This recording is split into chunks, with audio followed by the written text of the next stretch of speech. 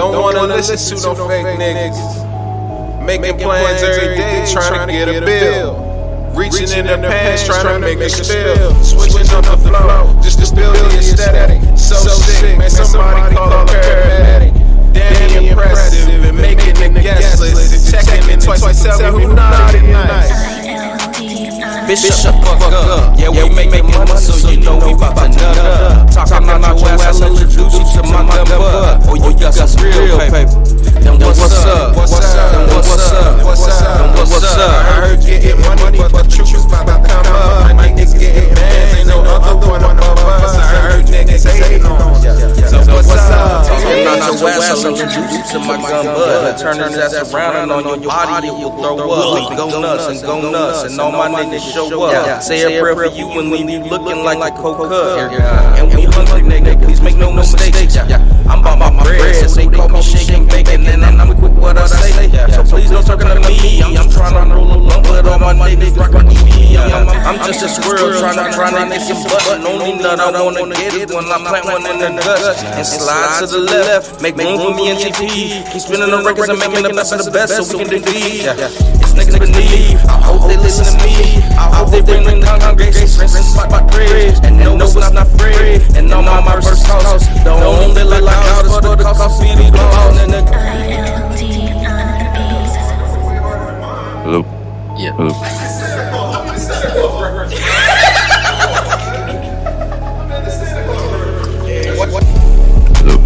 Bitch, shut the fuck up. Yeah, we make money, so you know we bout to nut up. Talking about your ass, I'll introduce you to my gun butt. Oh, you got some real paper. Then what's up? Then what's up? Then what's up? I heard you getting money, but the truth is about to come up. My niggas getting bands, ain't no other one above us. I heard niggas hating on us. So what's up?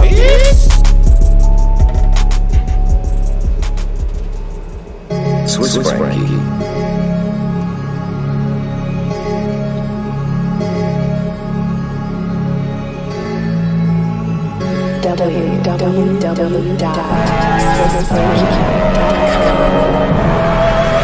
Niggas walking in the mill, niggas talking like a mill. Shawty acting how I feel, I just tell her like a mill. Going shopping for a meal, valet park about a meal. Homie asked me Brazil, I just said a couple mil. Niggas walking in the mill, yeah. Niggas talking like a mill, yeah. Shawty acting how I feel, I just tell her like a mill, yeah. Going shopping for a meal, yeah.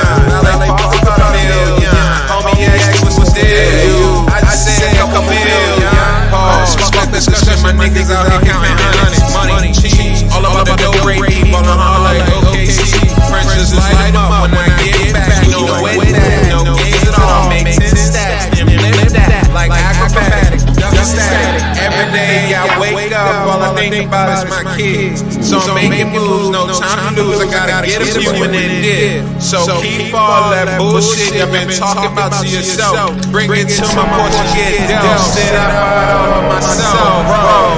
Niggas walking in the mill, niggas talking like a mill. Shawty ask me how I feel, I just tell her like a mill. Going shopping for a meal, valet park about a meal. Homie ask me some deal, I just said a couple mil. Niggas walking in the mill, yeah. Niggas talking like a mill, yeah. Shawty ask me how I feel, I just tell her like a mill, yeah. Going shopping for a meal, yeah. Valet park about a meal, yeah. Homie ask me what's deal, I just said a couple mil. Fucking on a bill, doing crazy shit, ain't no good on me chill. I'm trying to make some moolah, I'm getting full of. I'm just trying to see how y'all young in the deal. If you're getting rich, then we got up like a deal. See me young niggas ain't afraid to pop my pill. I'm a nigga, you see my bitch, I'm with a C and decide, take the chips if I can feel. Gotta get my money out, that's what keep me coming out. I don't need no honey, ain't no rumbles in my tummy, cause I pay my stomach, then we really done it. Any bitch, if it's funny till tomorrow when I'm running to the bank, if it's sunny. I don't care if the rain comes down, cause me and A, you got some hate coming out. We gon' shine on the way, I'm gay and just get Prince, bitch.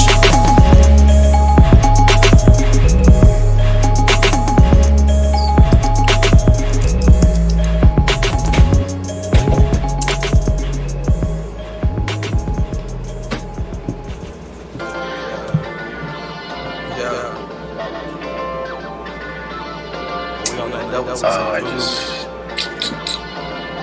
First race that we had an overtime. Let's believe it's a triple time coming up on y'all. Yeah. Sprint. There's Rookie of the Year. Boy Gold. There's MVP. There's Yeah. Boom. Shine. Track keep on rewinding. Keep that pussy grinding. Get it double time and clean. Y'all have to remind them. They better respect the hustler. I hit double time. Boom, shining, track keep on rewinding. Keep that pussy grinding. Get it double time, clean, vibing. Y'all better remind them what you really ride for. Keep it double time, dog. Rip it on my set, get another check. Represent for my niggas right till they hit the deck. Shoot the jet, can't get nothing less. Power and respect, print and press. Bet that money count, never miss a slick. Man, it's on, can't get nothing wrong. Drop another song, cops on wrong. Speakers is on, niggas swear they heard the bomb. Going on to the crack of dawn. Real niggas ride clean, triple beam, puffin' on that gasoline. That scene, we know exactly where we go. She holding on me tight while I caress her through these motions. These niggas on a hunt, so this Toolie I be told. I just pray you niggas really bout it when they need to get the shot. Hey, you. Boom, shine, track keep on rewinding. Keep that pussy grinding. Get it double time and clean. Y'all have to remind them. They better respect the hustler. I hit double time. Boom, shining, track keep on rewinding. Keep that pussy grinding. Get it double time, clean, vibing. Y'all better remind them what you really ride for. Keep it double time, dog. We robbing us, these whole niggas can't fuck with us. We got them bouncing left and right, they playing dope drugs. If you can't withstand the lightning, come with us. We unpressed deadly, cause a lot of taking us. Rust in the minutes. This is my first race. Like I'm hard to help if the instrument is listen. I'm going, blowing. You see me riding, see my ego growing. Yeah. Me and Gold, just a couple young niggas. Set mine to any track and we ain't burning no bridges. But the London bridge is falling down. That's the Princess Rose Gold all coming down. Boom, shine, track keep on rewinding. Keep that pussy grinding. Give it double time and clean.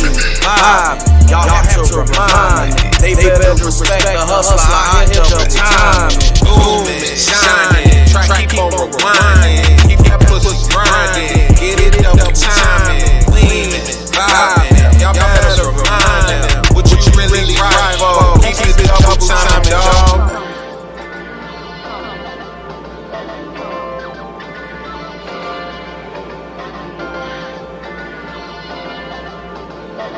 yeah, he won. Separate, yeah. Yeah. All right.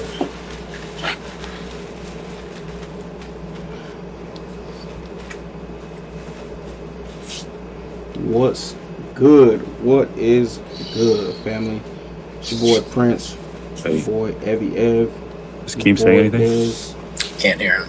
Okay, I can't hear Keem. What's good? I had my mic on mute. I was like, I see him saying something, but I don't hear him. He trying to talk. Nah, what's going on, y'all? It's your boy Prince. It's your boy Evie Ev. And your boy Daz. For another week. Another week of the Step Back 3, the Step Back 3, the one and only. Got some good topics for y'all today. First off, how y'all doing today? Ev, Daz? Good, man. How about you? New year. Let's get it. New year, Yes, sir. new me. 2021. Let's get it. Yeah, Ev, I'm really feeling the beard, bro. It's clean. Wow, man, I appreciate it. I had to clean it up a little bit. It was looking a little rough last week. Or not last week, but the last show. Yeah. Hey, we got a good guest or dope guest speaker today. It's gonna be Mo Murphy from the Up in Flames podcast. He's gonna join us a little bit later. Really excited. He's actually one of the people who watches the show every week. So we appreciate that. We'll see him on here in a few minutes. Anyway, let's get it popping. First of all, ain't too much going on in football, so we'll go ahead and hit that up. Who y'all got coming out the NFC? What two teams y'all got coming out the NFC? I already got the Seahawks, man. You already know what it is. You know, Russ Wilson. I mean, it really don't matter who else, you know.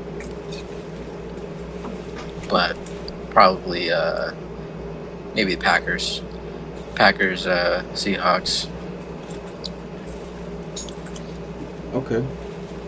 Packers, Seahawks, and then what about the AFC? AFC, you know, Kansas City is they're nothing to mess with. So I got them and maybe the Bills. Okay. Dez, what about you? Seahawks number one. I gotta go Seahawks number one. Number two, I mean, I'll go Packers. More so, I saw a little thing about who's more scary, Aaron Rodgers or going to Lambeau, and I think going to Lambeau Field. Just the weather, you know. Yeah, that's snow, man. That might be a problem. So if it's not those two teams, maybe the Saints. So that's what I got coming out of the NFC. I don't see anybody beating the Chiefs, man. I just don't see it. So going the Chiefs to the big game. All right, you got them versus who? The Chiefs. Yeah. For the big game, I got Chiefs. I got Chiefs Packers. Chiefs Packers. So you got Seahawks getting beat by the Packers. What about you, Ev? If we're going to Lambeau Field, yeah. Yeah. What about you, Ev? I got Seahawks. Seahawks Chiefs. Seahawks Chiefs. Yeah. So you think that Russ gonna pull something out of his ass against the Packers again? Yeah. I mean, we definitely need the running game. We need Chris Carson to stay healthy.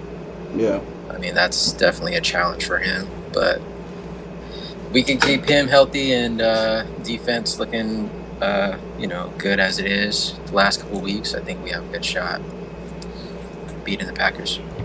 Yeah, our defense definitely stepped up in the past couple weeks, so I'm actually pretty surprised. Yeah, Jamal Adams, man. Jamal. Yeah. Press. You got Reed too. Yes, sir. We got a couple Pro Bowlers. It's crazy. So for me, I got Seahawks and Packers versus Bills and Kansas City as well. So I definitely think there's going to be a shootout between the Bills and the Kansas City Chiefs. That will be some crazy stuff if Josh Allen can pull that out, but I think his chances are pretty low. So, and then Seahawks and Packers. I don't know. That's it's not necessarily a tough one. It's that I don't want to say the Packers are going to beat the Seahawks. You know what I mean? But it's looking like that's what's going to happen. There's a strong chance that's what's going to happen. So I will say the Seahawks, just hoping that I can speak it into existence. But Seahawks and Kansas City Chiefs.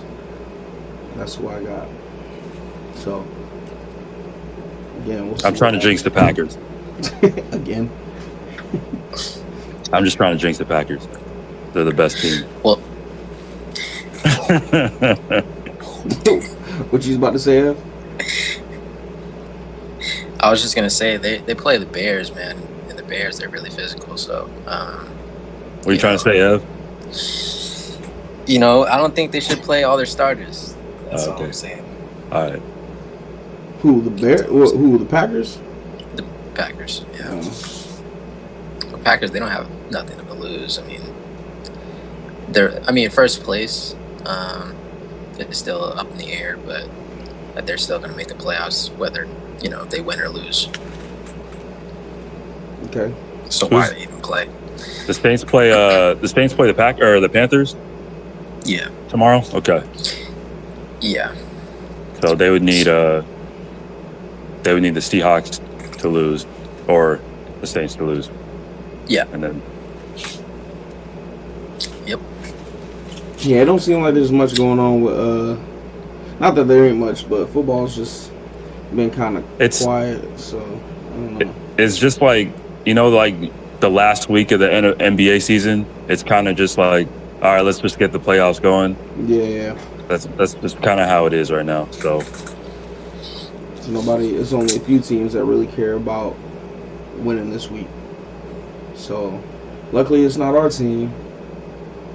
Ain't got shit to do with me.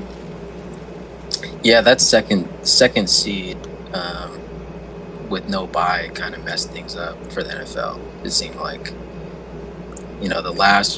usually the last week of football, it's definitely like, it's kind of crazy because they all play rival. Everybody plays their rival, and those games don't really mean much this year because it's only first place that gets a bye. Mm-hmm. So it kind of messed things up, but Seahawks got a bye or not? Did they get number one? no, they're third. Oh, okay. Third place right now, but they have a chance if the Packers lose and the Saints lose. It's that game against the Giants, man. That game against the Giants. They bit us. Yeah. It's Colt McCoy. All right. It's crazy. We could kind of switch directions here. Go ahead and talk about basketball, the most important sport currently right now, active. We start off with a pretty simple question. Other than Seattle, what team would y'all like to see get an expansion team? I mean, I gotta say, I'm gonna need Seattle to get their team first. Oh yeah, they're getting their team first. Yeah. Okay. Over any other city, and I think everyone in the league would say so as well. Okay. So. But I would. Yeah. Go ahead. I was just gonna say I'll throw Vegas out there. Okay. It's just an interesting city to have sports because there's already a lot going on, and it's just I don't know.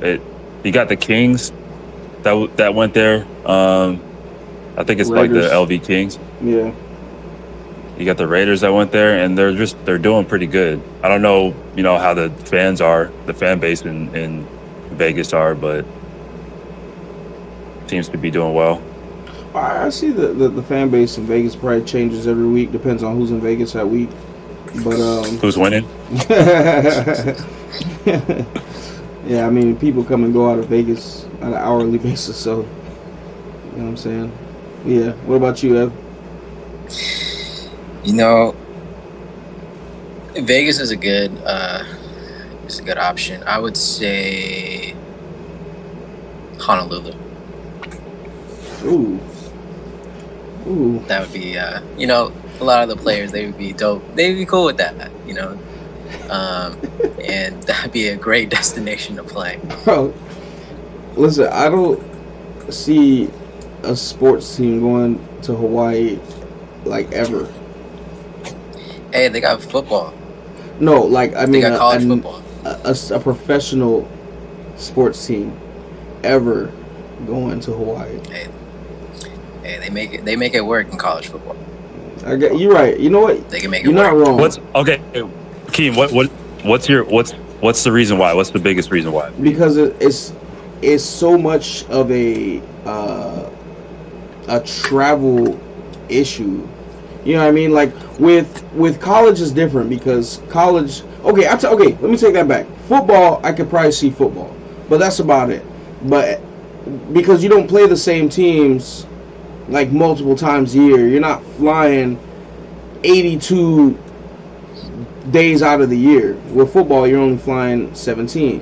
You know what I'm saying?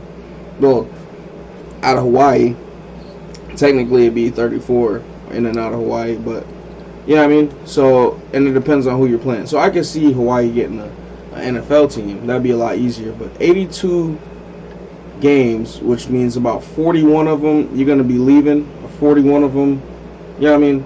And all these teams are gonna have to fly to Hawaii. I don't see that happening with the NBA. NFL probably. All right. What about Puerto Rico? Oh man. All right, real quick before we go to Puerto Rico, I'll lean more towards what Keem is saying, only because of the time difference. Yeah. Because they want everyone in that 3-hour kind of time difference. So I think if it fits there, I think it would work. But let's say you got the Nets going to Hawaii. They gotta play at like 3 p.m. or something like that, just so the people in the East Coast can, I don't know, is that 5 hours? Maybe? I don't know. I'm just guessing. 5-hour difference. So they can play at whatever time, 8 p.m. Yeah. That throws them off a little bit. But I mean, I like the pick though. Yeah. I like Hawaii. Puerto Rico. Yeah, I mean, Puerto Rico's more Vegas would doable, have. Yeah, Vegas would have been like my first pick, but Honolulu would be nice. Nah, Honolulu, like, absolutely would be nice. It's just it's a lot of flying, and yeah, that time difference is crazy. I don't know, man. I really don't know. I would, for basketball. You can go St. Louis. I was about to say Kansas City for basketball. That's a pretty dope area, but St. Louis they got would be cool too. Kansas basketball, University of Kansas. Yeah, they're pretty good. So yeah, that'd be a good spot actually. Think about it. Yeah, Central. So if you got two teams, well, let's say Seattle Vegas gets a team. So who are you moving from the west to the east? From the west to the east? Yeah, because you're adding two West Coast teams. If Probably they do like the Thunder route. You move the Thunder? They're the closest team, like, geographically to the east that's on the west. Actually, no. The Pelicans. Oh, Pelicans. Oh. I think Grizzlies. Grizzlies. Yeah, Grizzlies. No, yep, it's Grizzlies. Yeah. Grizzlies. Yeah. So then the Grizzlies, I don't know what like division there is. I don't know if people still care about divisions, but I don't know. They have to move. I think they're in the Southwest Division. So move them to the east. Move, I don't know, Phoenix to the Southwest. Yeah, that would work. Because Phoenix is already kind of Southwest, so yeah, it'd be an easy move. Easy switch around. Adam Silver can make it happen. He's like 5 for 5 since being a commissioner. He hasn't messed up yet, so. All right. See how tall that dude is, by the way? Adam Silver? Yeah. Nah. That dude is tall. Let me see. Adam Silver height. I just saw him. Oh, he's only 6'3". He looked like he was towering over some people. Maybe people are just, I don't know. Maybe people are just short. I just kind of assumed he was tall anyway. He looks like a tall dude. Mm-hmm. All right, on to the next one. Which contending team needs James Harden the most?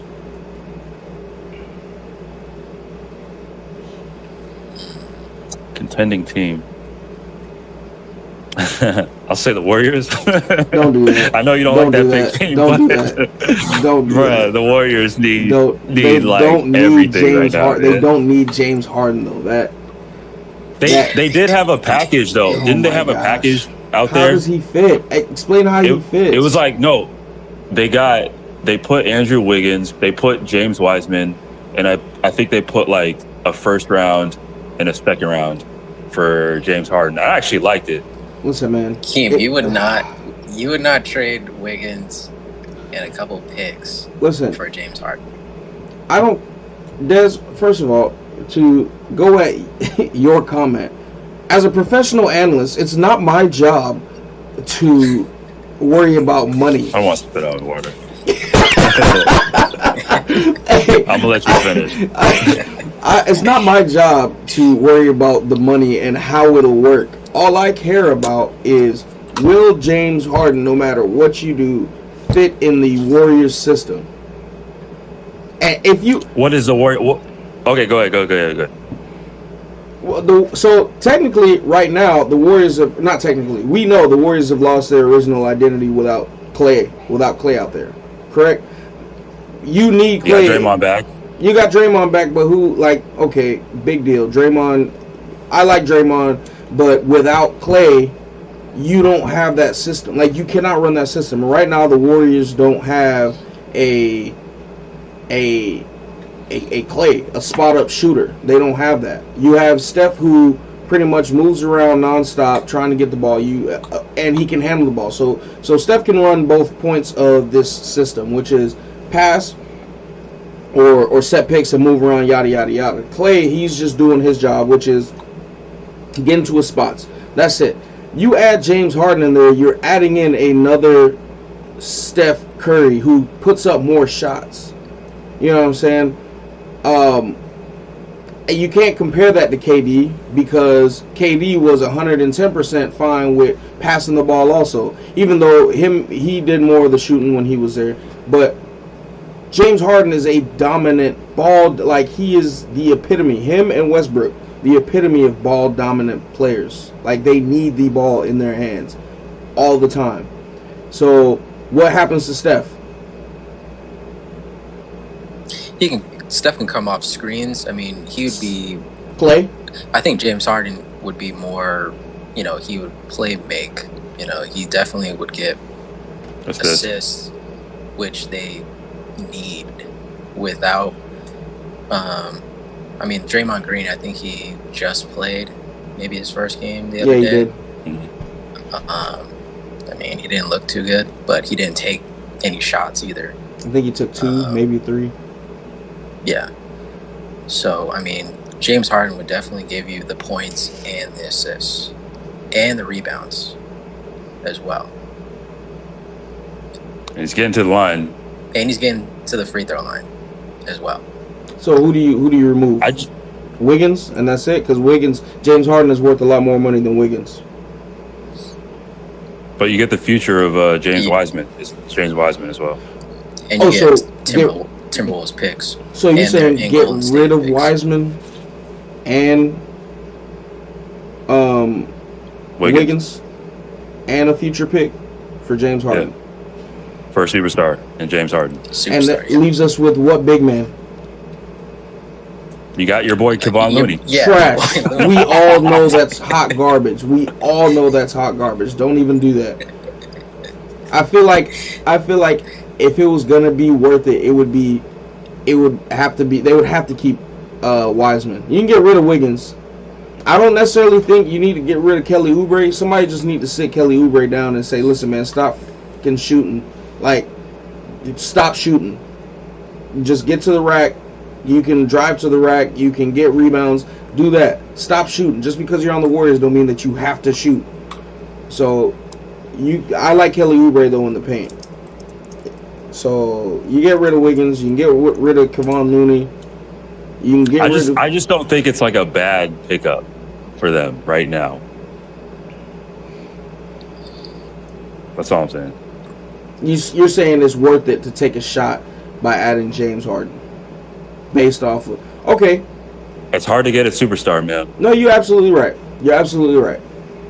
Is it worth a shot? Probably. Yeah. Okay, yeah, it's worth a shot to pick up James Harden. But... And he has 2 years on his contract as well. James Harden? Yeah. So this year and next year. Okay. Oh, we'll see. And James Harden's only 30 years old. That might be the youngest superstar that you can get. I mean, Giannis is off the table. Yeah, absolutely. Yeah. I thought that was ridiculous. I don't know what's going on with him this year or now, but Harden, he's 31. but still, that'd be a great pick. For the Warriors. Okay, Ev, what about you? I would say the Blazers. I saw a trade offer or a potential trade offer for that.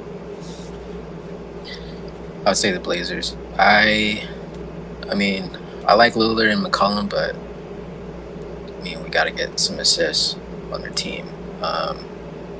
Lillard, he doesn't really average that many assists a game.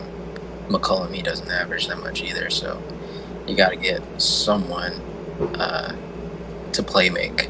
So maybe get rid of McCollum and a few other players. Maybe a draft pick or so for James, if that's enough. I would say being here, people wouldn't be mad to see CJ go. Even though he's like... No, go ahead. CJ is a really good player. It's just, you know, he's under the shadow of Dame. Okay, so for me, I think that James Harden would be a really good fit. Not a really good fit, but a team that could use him would be the Clippers. Now, I don't necessarily think that would work out money-wise, but again, it's not my job. But if you could get James Harden on the Clippers, that would be a solid big three. You could trade PG. PG, that's exactly what I was thinking. Yeah. I would do that in a heartbeat. Yeah, he just signed that 5 years, sent him out. Yeah, Paul George can go put in James Harden and Kawhi. I think that would be a really interesting combination. But I think it will work. But they get the point guard that they need. Yeah, absolutely. Absolutely. Point guard, shooting guard. Yeah, I don't know. Yeah, Paul George's ass. So that's just my opinion. I would say not during the regular season, but definitely where it matters. Yeah. You don't think he's ass during the regular season? Nah, I think he's pretty good. I think he's a top 20. I'll give him top 20 player during the season. I'll say like top 15. In the regular season? Regular season, yeah. Got to see in the playoffs, man. Can't be shooting on the side of the backboard. Can't do that. Can't do that. Yo. I mean, AD did that the other day. Yeah, but you know, it's not in like the biggest of games, you know. No. All right, so we got Mo ready to come in. We'll go ahead and get him in, and I'm gonna let y'all know we're probably gonna end up finishing the show with him. Okay. So, let's get him in here.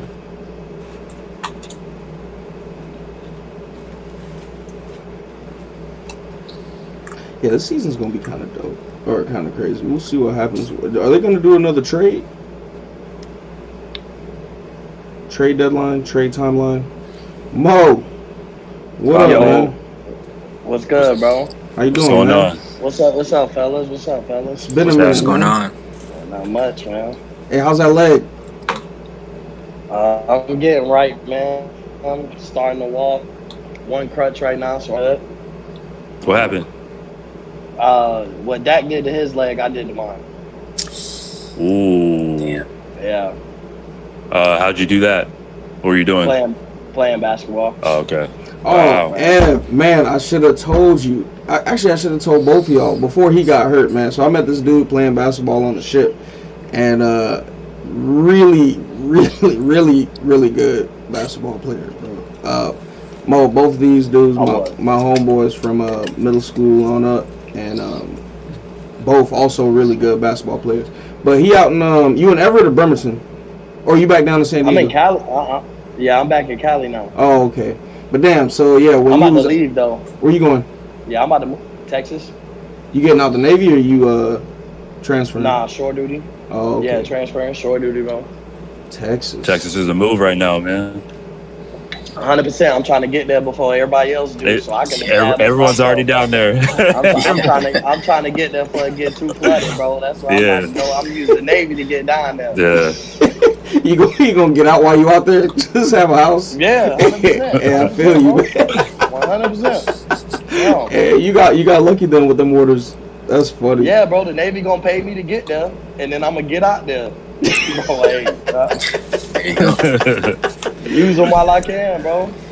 All right. Hey, anyway, if y'all don't know, whoever's y'all watching the streams, my boy Mo Murphy he got his own show, sports talk show. It's called Up in Flames. You can catch him on Facebook, YouTube, or I don't know about YouTube, but Apple, right? And Yeah, Twitter. Apple.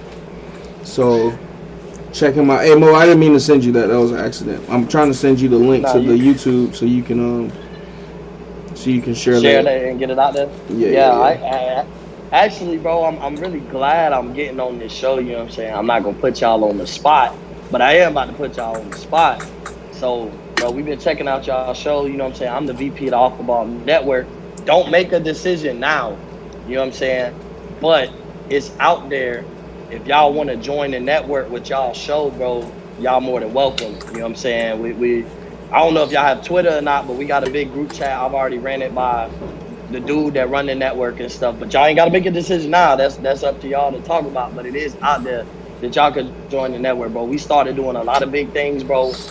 You know what I'm saying? We have a lot of big things in the works, bro. So, like, you know what I'm saying? For y'all to be a part of it, bro, like I said, I watch y'all show every time y'all get on, bro. So, yeah, it's definitely an opportunity for y'all, bro. But I'll let y'all talk about that later. I just want to let y'all know that it's out there on the dough. That was, like, a big part of why I want to get on Chop It Up, Chop Hoops with y'all. But to let y'all know, like, bro, if y'all want to be on the Off the Ball Network, you know, Keem, bro, I got nothing but respect for you. So, I appreciate you know what I'm saying, dog? So, but y'all ain't got to make a decision tonight. Y'all ain't got to talk about it tonight, bro. Y'all got time. But the opportunity is definitely out there. Hell yeah, we appreciate that, man. Hey, yeah, we'll table that conversation. We'll talk about that, and then I'll get with you, Mo. I appreciate you, man. Yeah. I appreciate you putting us out there like that.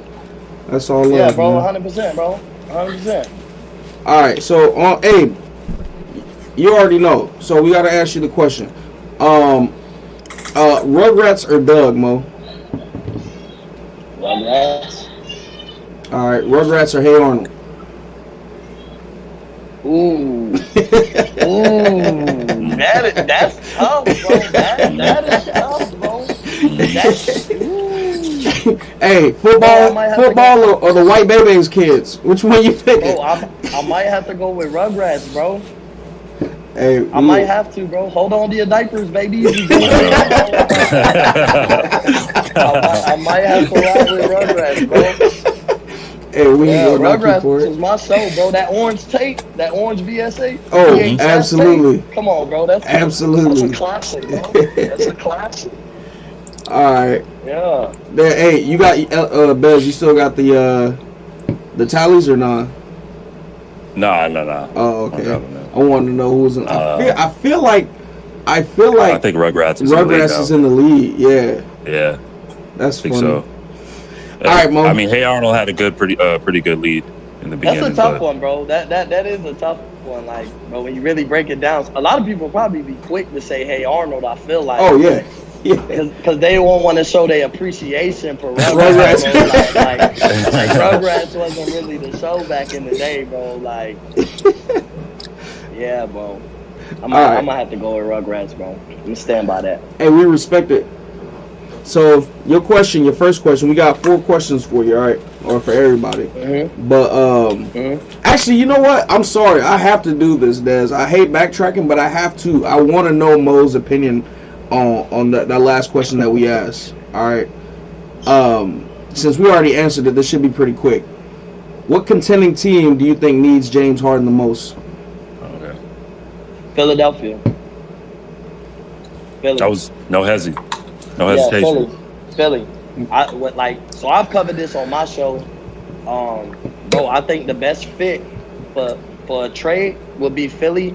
I mean, like Harden for Ben Simmons in the first round pick straight up. no other. You know what I'm saying? I think Houston would be the best fit for Ben Simmons. I think he needs a new place. Like I think he needs a new home.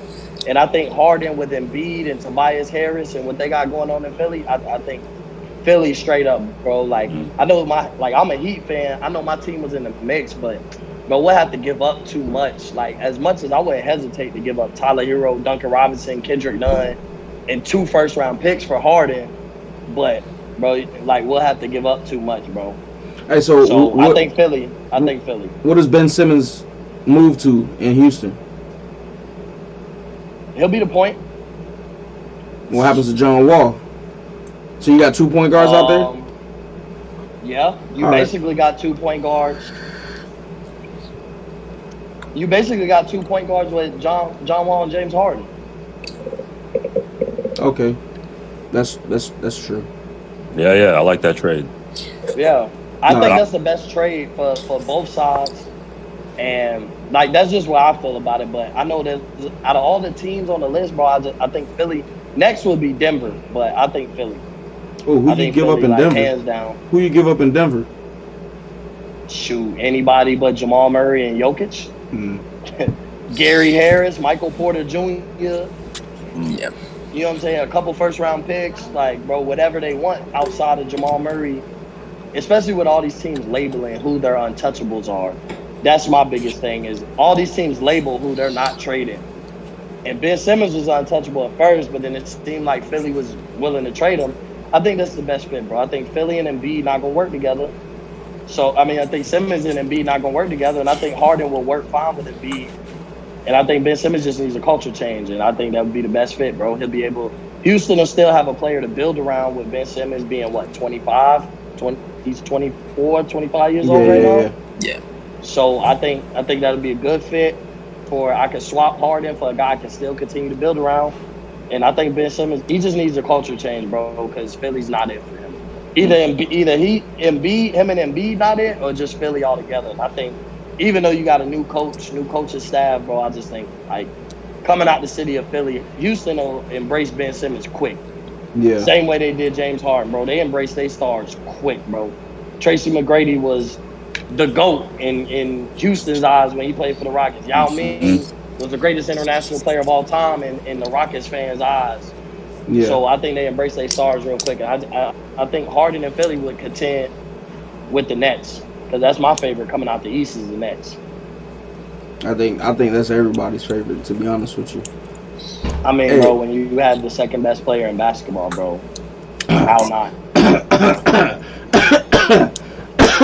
First best player. Anyway, Ev, what did you who did you say? I'm not getting. That's a whole. Yeah, that's a whole other topic. We'll talk about that another day. Yeah. You have to slot 5 hours of a show to have that type of conversation. So you know what I'm saying. I'm not getting into that. But when you have Kyrie and KD, bro, I just feel like with the supporting cast they got to be the favorite. Yeah. Ev, who did you say James Harden was best fit on? That's Portland. Blazers. Okay, gotcha. All right. Yeah. So Portland. Yeah. All right. So you're giving up McCollum? Yeah, give up McCollum. Ooh. You have to. You're not putting Harden and McCollum and Lillard together. That's not happening. No. So you know what I'm saying? You have to give up McCollum, but that's a nice one. Houston got some pieces where they can make. I mean, the Blazers got some pieces where they can make a nice little trade offer too. I'm just big on the Ben Simmons Harden straight up. Maybe Simmons in the first round pick for Harden straight up. Like I love that fit for both teams. Yeah. All right.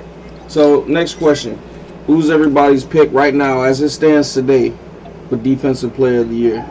Dez, you go ahead and start. Defensive Player of the Year. First person that came to mind is AD. Only because I think Giannis is going to be in the conversation. I think he's going to be in the all of them. I think he's always. Yeah, I think he's going to be in the conversation. But I think the winner, I think, is going to be AD. But that's just me. All right, Ev. Yeah, I think AD should have won it last year. I'm gonna go AD as well. Okay. Mo. I'm gonna knock y'all socks off. I'm going Avery Bradley. Avery Bradley. I'm Is going that, is, that Avery a, Bradley right now. is that a biased opinion, Mr. Heat man? No, it's not. Bro, if you look at the teams they played Milwaukee, they played Dallas. Now, granted, they lost to Milwaukee. They got blown out by, 47 points. Yeah. But Chris Middleton did not have a good game when Avery Bradley was guarding him. Yesterday, Luka Doncic did not have an efficient game. You look at his numbers. Okay, it was a good game, but you look at his shooting percentage, his turnovers. Bro, they played, if I'm not mistaken, bro, they played the Wizards. His ball defense on Bradley Beal, bro, I'm going Avery Bradley, bro. His on-ball defense has been crazy. He shut down. I mean, Middleton almost, I hate to say it, but Middleton looked like the best player on Milwaukee. He's not better than Giannis, but through the first 5 to 6 games, bro, he's been the best player on Milwaukee. But I never had that conversation. Is he better than Giannis? No, bro, because it's too early. I'm not going there with 5 to 6 games. But Avery Bradley's on-ball defense on these wings, these wing players, these guards, and small forwards, bro, has been second to none. But I just feel like he probably won't win it because he's not a household name. When you have AD, you have Giannis, you're going to have Rudy Gobert in the conversation every year, where Avery Bradley's not a household name.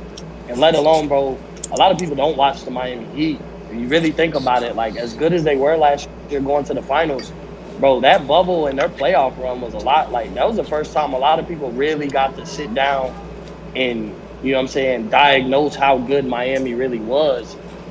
So I don't think a lot of people watch the Heat to know, bro, Avery Bradley has been a second to none on-ball defender. He really looks like the best on-ball defender in the NBA up to this point through the first 5 to 6 games. Nah, Des, what was you about to say?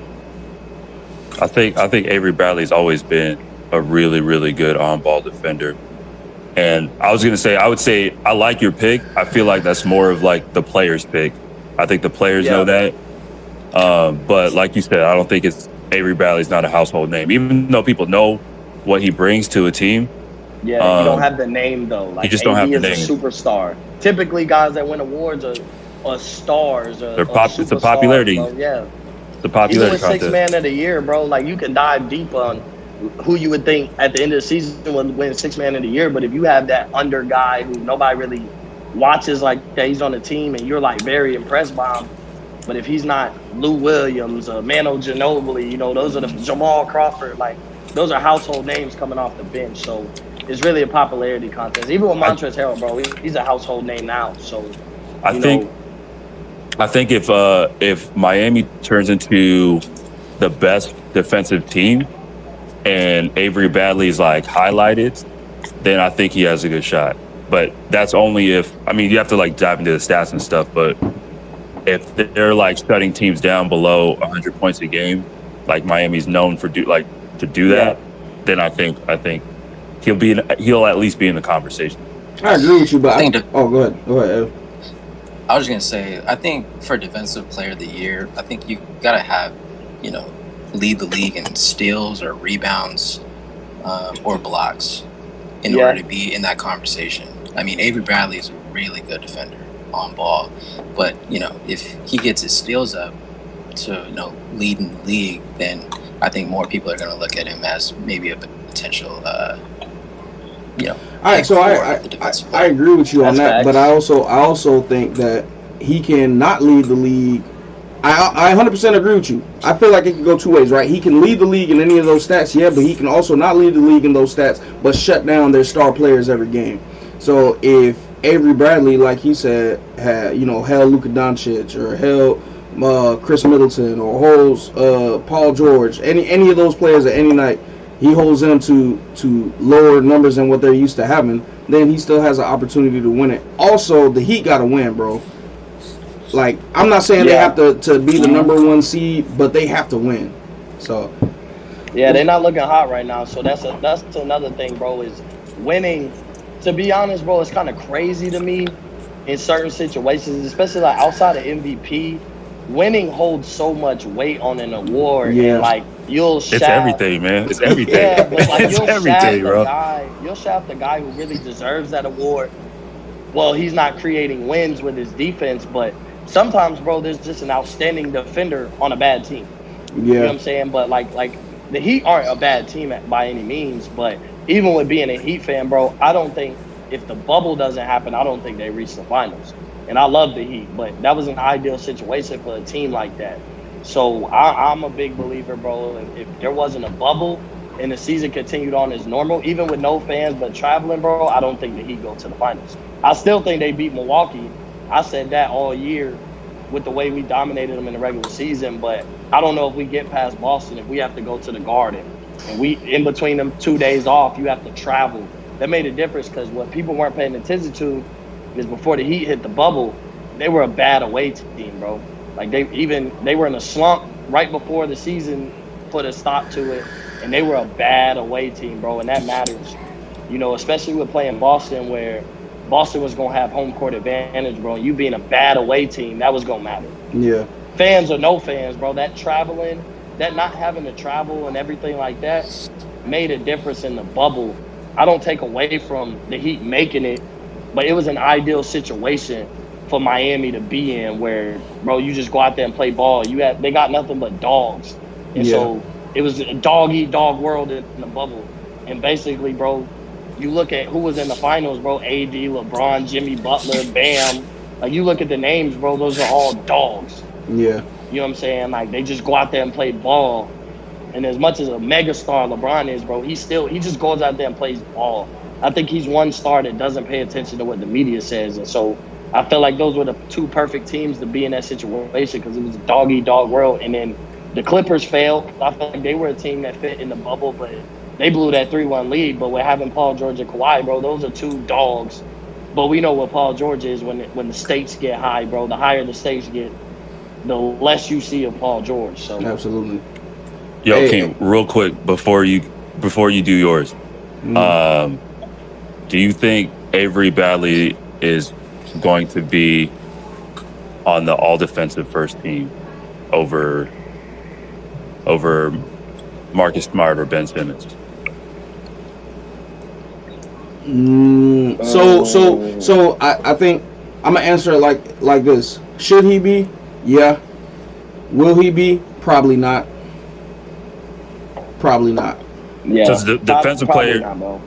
the defensive player of the year is going to be on that team, the first team, whatever, all defensive first Yeah. team. Yeah, 100%.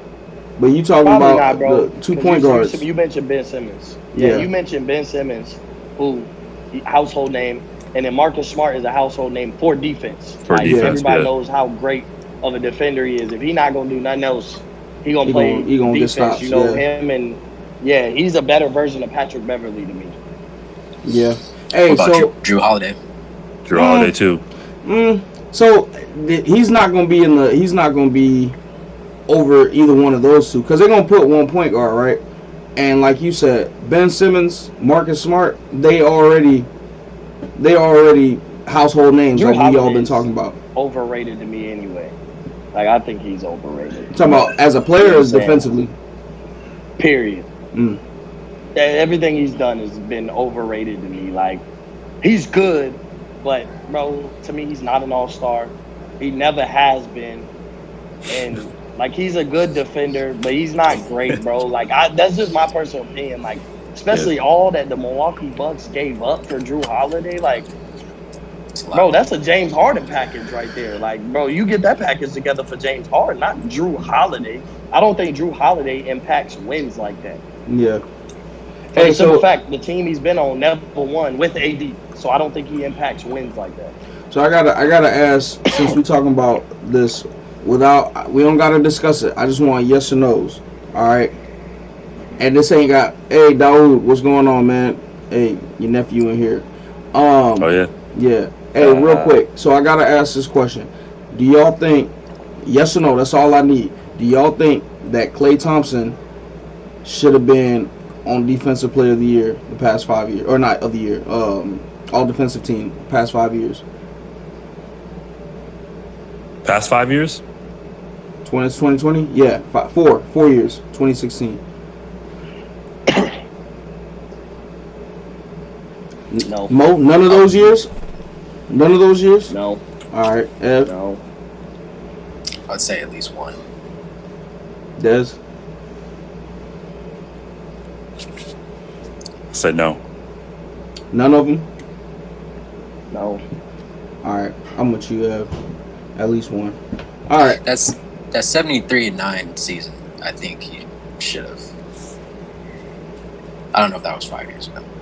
That was About 4. I think it That was was 4. 2016. 2016. Yeah. It was 4 years ago. Okay. Going on 5. Really 5. Yeah, we in 2021 now. So yeah. 4 or 5 years ago. All right. Was Draymond on that? Draymond Sure was. there. Yeah. I think so.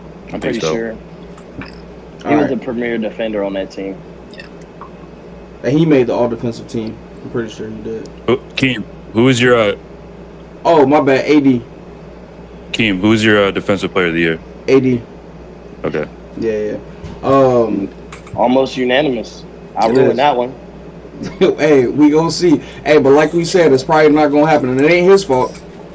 It's just that popularity contest. Yeah. Hey, so Mm-hmm. which teams? All right, Mo. I know you probably gonna have fun with this one, but which teams? 2 teams do you feel are the most surprising from? Who's outperformed what you thought they was gonna look like, and who's really underperformed what you thought they were gonna look like? Mo, you can go ahead and start. I'm gonna go Cleveland. At the I'm top. gonna go the Cavs.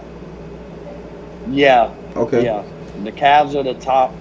I feel like the consensus pick for a lot of people would be the Hawks. But if you look at the Hawks, they're so talented, bro. They just, if they put it together like they've been doing, then it's not a surprise how good they are. I'm gonna go Cleveland. And then my surprise pick, bro, I'm gonna go the Knicks. Okay. I'm gonna Who go they the New York beat? Knicks, bro. They Who just they beat beat the the- Pacers. They beat the Pacers Okay. today. And they beat Milwaukee by 20. Yeah. Okay. I don't wanna hold like, oh, the Knicks are a playoff team, but the way that young talent has been playing, RJ Barrett hasn't been able to buy a 3 and still averages 20 points a game. Kevin Knox, Elfrid Payton has been like, to me, honestly, Elfrid Payton and his impact with the Knicks this year has been like the most surprise, period, because bro, he's really good. But that young talent is showing, bro, the Knicks could be a playoff team in a couple of years. A consistent playoff team if they keep, RJ Barrett, Kevin Knox. They just drafted Emmanuel quickly. They got Austin Rivers too. Which I like Austin Toppin, Rivers. Austin Rivers, who just came back off of, he's coming back from an injury, played really well tonight. So I think the Cavs and the Knicks, bro, are the 2 most surprising because you would have easily said, a lot of people would have easily said the Knicks would not have a win yet up to this point. And for them to be, I think they're 3-3. They could be 4-2, but I'm pretty sure they're 3-3. But a 20-point win against the Bucks, and then coming off a good win, a good solid performance against the Pacers, and then the Cavs, bro. Because another surprising player is Colin Sexton, bro. Yep. Colin Sexton is balling, bro. Efficiently too. He's not throwing up, 30 shots a game and scoring I think he averages probably about 25, 26. Hey, I don't remember him Knicks scoring are less than 3-3. 25. Okay, so yeah, but it's surprised that they're 3-3 with a 20-point win against Milwaukee and a big win against Indiana. And then, like I said, bro, Cleveland, to even pull out the win they pulled out today, Colin Sexton played bad all the way up until the 4th quarter. And then, bro, you look at his numbers now, he had an efficient game. So those 2 teams are the most surprising to me, at Cleveland being 4-2 and the Knicks being 3-3. That's just a big surprise. And this is Sexton's 3rd year, I think. It's like however many years LeBron's been gone. That's how I count it, because he got there when LeBron left. Yeah, this is 3rd year. Yep, they drafted. Hey, yeah, this so is 3rd year. you didn't say who's underperformed the most to you. Oh, underperformed? Yeah. Ooh, that one's tough. I mean, bro, I have to go with my Miami Heat, bro. Okay. Like, it's the team who just went to the finals and took LeBron, AD, and the Lakers to 6 games, bro, and they're looking bad. Like, I mean, a 47-point loss against Milwaukee, a terrible game last night against Dallas. That game was horrible on both ends. Dallas didn't look good either. Miami just looked worse. So I have to say, bro, if I go with my one team that's underperforming, it's the Miami Heat, because you're coming off of playing the finals. I understand the turnaround, so there's a little bit of a bailout for them with the quick turnaround, but even the Lakers have looked good, bro. Like their record, they don't have the best record in the league, but the Lakers have looked like, bro, they just got to put their new pieces together. But we know what they're going to be, with having LeBron and AD. We know what they're going to be down the stretch. But we're questioning Miami because even a big Heat fan like me questions whether they should have been in the finals in the first place. So now they're looking like maybe the 7th, 8th best team in the Eastern Conference right now. Mm-hmm. So I think they've underperformed, bro, with coming off of being a finals team and now, like, you look average. The Heat look average. So I don't. Yeah. Go ahead. Jimmy's struggling. Yeah, but Jimmy just came back, right? He just had one game, right? He missed 2. He missed both games against Milwaukee, but even still, bro, like, to me, as much as I love the Heat, bro, with that overhype of Tyler Hero, he's good. He got a song, what he bro. did in the bubble was. He got a song. Yeah, that's cool. It fits perfect, bro. An overrated rapper. An overrated rapper makes a song about an overrated basketball player. Perfect fit, bro. Perfect fit. Hey, look, man. I'm gonna tell you this. I'm not a Heat fan, but I know I like Tyler Hero. I'm not saying he's over or underrated. But I like Tyler Hero. I think Tyler Hero gets the clout that he has because he is a rookie that was in the finals, that was putting up not rookie numbers in the finals. You know what I mean? Not necessarily. You know who I compare him to? Who? You know who his comparison to? Odell Beckham Jr. That is my comparison for Tyler Hero, bro. Odell came in rookie year. You take away that catch with Odell, who is Odell Beckham? Like, that one-handed how great catch. is exactly. Yeah. Like, that one-handed catch put him on the map. He became a social media star, hanging with the rappers. Tyler Hero gets a song drop called Tyler Hero from Jack Harlow. Bro, but if he don't, bro, Odell hasn't really been much. He had another good season, and then after that, bro, we keep rating Odell Beckham as, bro, he's one of the most talented receivers we've ever seen, but his numbers never match it. I think Tyler Hero could end up going down the same road where he got so much clout early. He might not ever match where people want to place Tyler Hero. Hey, I'll tell you this, though. Jack Harlow's so underrated that you know his name. Bro, he had a song and he made a remix of Tory Lanez Baby and Lil Wayne. Like, everybody knows that song. Like, you know what I'm saying? Like, that's his song. But outside of that, bro, his albums were terrible. Like, but he's a bad rapper, to be honest. And Tyler Hero songs suck. Hey, I don't know if y'all use iTunes. I use iTunes, but y'all remember iTunes when you would go on there and if a song's doing really good or it's hot, the little white bars are all the way up. So, I know what you're talking Des, about. you might not know what I'm talking about, but like it has a rating, right? So it'll have like 5 or 6 bars, and then if each bar is lit up, however many bars lit up is how good the song is, or how many people are buying it or into it. So when Jack Harlow dropped his album, I went and I looked at it, and like everything was white or was grayed out, and I was like, oh, that shit just dropped. Let me see what it looks like tomorrow. Now I went the next day, everything was still gray except for fucking What's Poppin'. What's Poppin'? And not even What's Poppin'. Exactly. What's Poppin' remix was the only one that was lit up. So exactly. Any song you put the Baby, Tory Lanez, and Lil Wayne on, bro, everybody and their mama gonna go check it out. He probably spent his whole signing bonus getting them on his track. So yeah, bro, because that Tyler Hero song was terrible. All right, Ab, go ahead. Who's your overperformer and underperformer? I think over would be the Hawks. Trae Young, he seems like he stepped up his game. He kind of looks like a little James Harden out there. Maybe Rondo was in his ear, on the bench, but he seems like he's been playing a lot better than last year for sure. Underperformed, I'd say the Nuggets. Nuggets, they looked really good in the bubble, but it just doesn't seem. Maybe Jamal Murray, it seems like when he plays at a really slow pace. And I don't know. They may need to make a trade for James, but I thought Nuggets would be at least top 2, but right now they only won a game. Mm-hmm. So it doesn't look too good. But it's still early, so Yeah. we'll see. Des.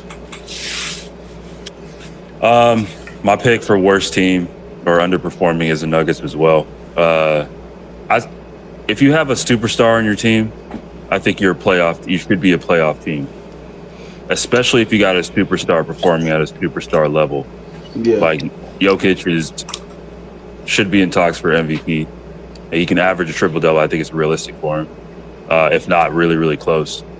And so, and them being one of the worst teams right now, it's like Ev said, I think they might just, something needs to change. I don't know. The coach, maybe. Yeah, it's like you can't have a superstar performing at a superstar level and then an all-star top 25 player, if you will, with Jamal Murray, and you're the worst team. You can't have that. There's no excuse for that. And then overperforming, I'll say Cleveland, because I don't think they're going to make the playoffs, but they're one of the best teams in the East right now. I was going to ask, like, how long Kevin Love how long is he injured? Or how long is he out? I'm not 100% sure, but that's another thing. They're 4-2 without Kevin Love. Yeah. I think he's out for a month. Yeah. Out for a month. Yeah. I mean, Drummond's playing well though. Yeah. So is Larry Nance Jr. Yeah. Larry Nance Jr., Colin Sexton, they moved him to the 2, moved Garland to the starting point. Bro, and that's made a big difference, and that's without Kevin Love, who outside of Drummond is like the second option, the next big name. Mm-hmm. So, but I don't think Cleveland keeps it up, bro. Like, honestly, bro, eventually talent prevails, coaching prevails, and stardom prevails, and that's why I think they've overperformed, because eventually, bro, late in the season when LeBron steps up and KD steps up and Giannis starts going crazy and getting prepared for championship-style basketball, I think they start to fade away, bro. And that's when you're Milwaukee and the Nets and the Miami Heat, Boston Celtics. Exactly, bro. Like, they jump right back to where, bro, it's 5 or 6 games? You know what I'm saying? I think maybe some teams have played 7. So, bro, it's so early. Yeah, you can overreact on some things right now, bro. But I just think. I think it's cool. It's great. I think it's cool that, like, Cleveland's getting some attention. I think it's cool that Atlanta's getting some attention. These small market teams. Yeah, but I feel like Atlanta was bound to. I don't think Atlanta's gonna fall off. Like, not necessarily think they're gonna be a number 1 or top 5 seed, but I feel like they're gonna ride this wave, bro, to the end. Because, like Ev said, Trae Young's been playing like really good. So did we say they're going to be an 8 seed? I forgot last episode. Atlanta, I can't remember. I think we said they're going to be an 8 seed. Yeah. Along with fighting with the Wizards. I think we said that. All right. Speaking of the Wizards, they're my underperformers. God damn. Here's the thing, man. Like you said, you took the words right out of my mouth. If you got a superstar and an all-star on the team, you shouldn't be 1-4. And Westbrook's been putting up triple doubles. You know what I'm saying? And Bradley Beal has been scoring at least 30 points a night. So I'm not saying they should be 6-0 at all, but not 1-5. I'm looking at that shit right now. That's sad. That's sad. You got Russell Westbrook and Bradley Beal on a squad, and you 1-5. Yeah, their coach is horrible. Yeah, so I can't imagine. Yeah, I can't imagine scoring like whoever I am on the team, whether I'm that player, I'm that coach, I'm the teammate, having somebody scoring 30 points a night and then somebody getting a triple double every night and still losing every game. That should be crazy. Look at their roster though. It's not outside of Westbrook and Bradley Beal, bro. There's like Rui Hachimura is their next best player. So I don't know if y'all gonna. Obviously, college is different from the NBA, but Rui Hachimura was really good in college, and he actually had a decent. He didn't look like a superstar or anything last year, but I think he played pretty decent basketball last year. But he was really good at Gonzaga, bro. Yeah. Okay. That obviously Denny Avdija, he's a bust. So far, he's looking like a bust. He was a pick because he's overseas, bro, and everybody thinks they're gonna find the next Luka Doncic, bro. He's not it. Yeah, that's what I think with the overseas guys. They're evaluating and like, oh, he has Luka Doncic potential. So you raise the bar for these guys anyway, and then they go out there, bro. You're not gonna find, like, since Dirk, it's been what, Chris Stapps, but he's been hurt. So like you're looking for your overseas guys. I mean, I guess we could say Greek Freak, as an overseas guy, but like, bro, for all the people that they draft overseas, you have Dirk, and then you have like Greek Freak, got and Jokic. then what, Luka and Jokic. Yeah. I mean, we could dive deeper into those guys from Canada, but to be honest, bro, those Canadian guys play American basketball. They come over here AAU all year for the AAU season and play in all the American tournaments. So I understand Canada is considered international, but bro, those guys play in America all year long for high school, AAU, the all the tournaments and whatever. So I don't really consider Canada to be true international basketball anymore. Yeah. Where's all the Hispanic players? Since like Manu Ginobili? What, Ricky Rubio was supposed to be the greatest point guard we've ever seen. I remember to that. play the game. Like, yeah, he's bounced around the league. He's good. Like, he's a good player. Yeah. Backup point guard to have, but like, bro, he's bounced around the league. And he came in supposed to be a superstar. Hey, like, no, y'all ain't gonna not talk about my man JJ. JJ Barrera. Hey, JJ Barrera is our guy. Or he wasn't a journeyman guy. He's a journeyman. He's Ryan Fitzpatrick.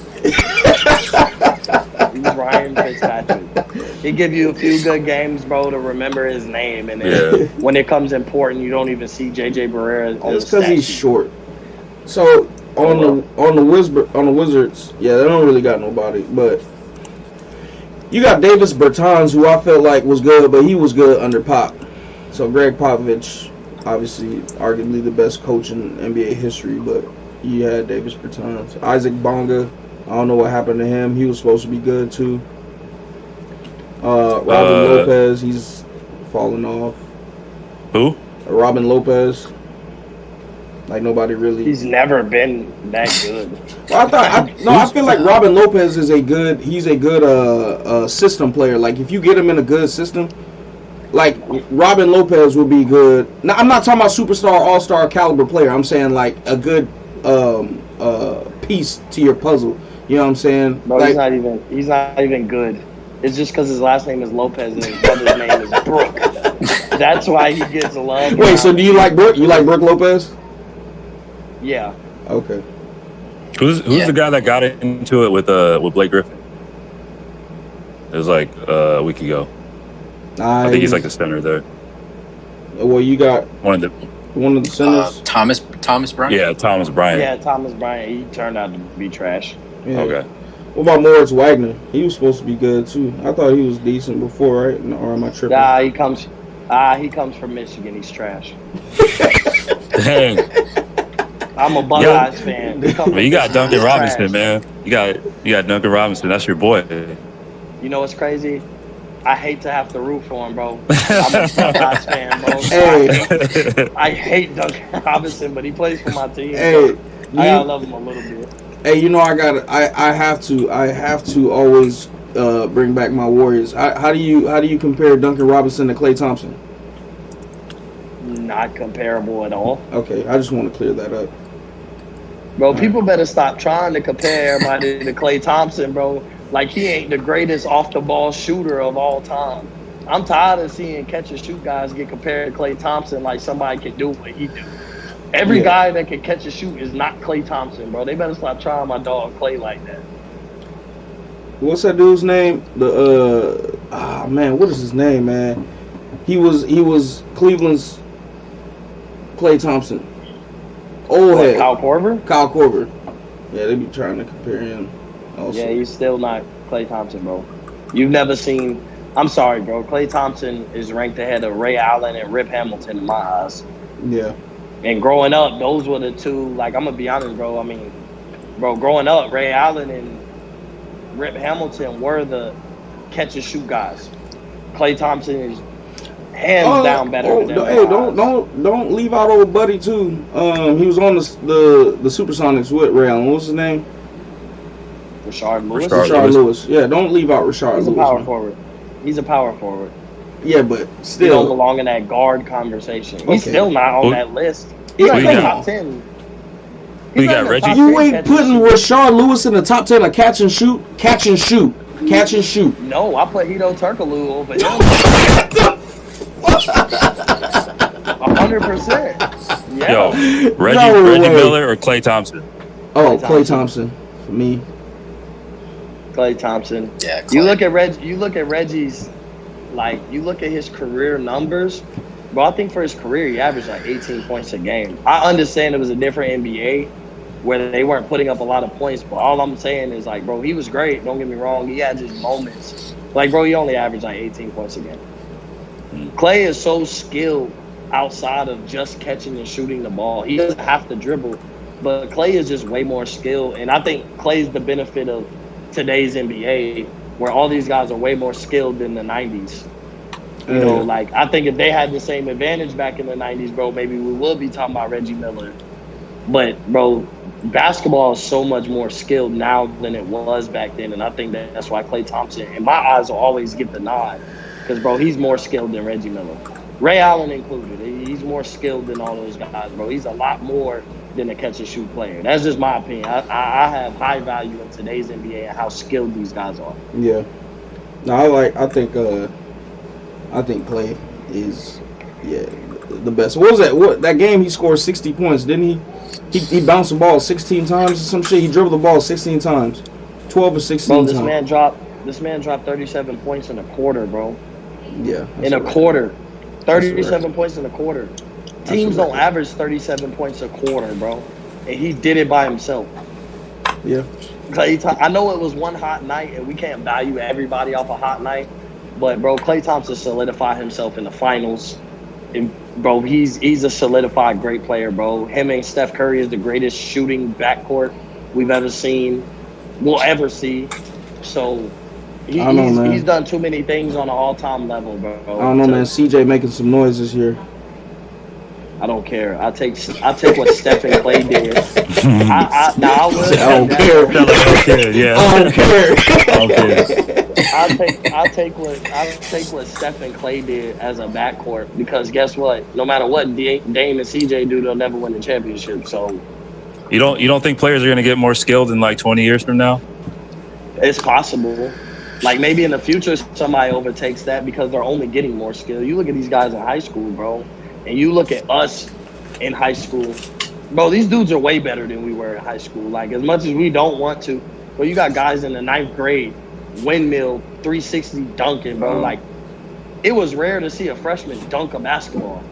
Now these dudes, bro, are behind the back dunks as freshmen, bro. Like, Yeah. All right. a dude like Mikey Williams would have ran high school at my time. He'd have been the greatest player to ever play the game. I gotta look him up. Hey, he's a problem.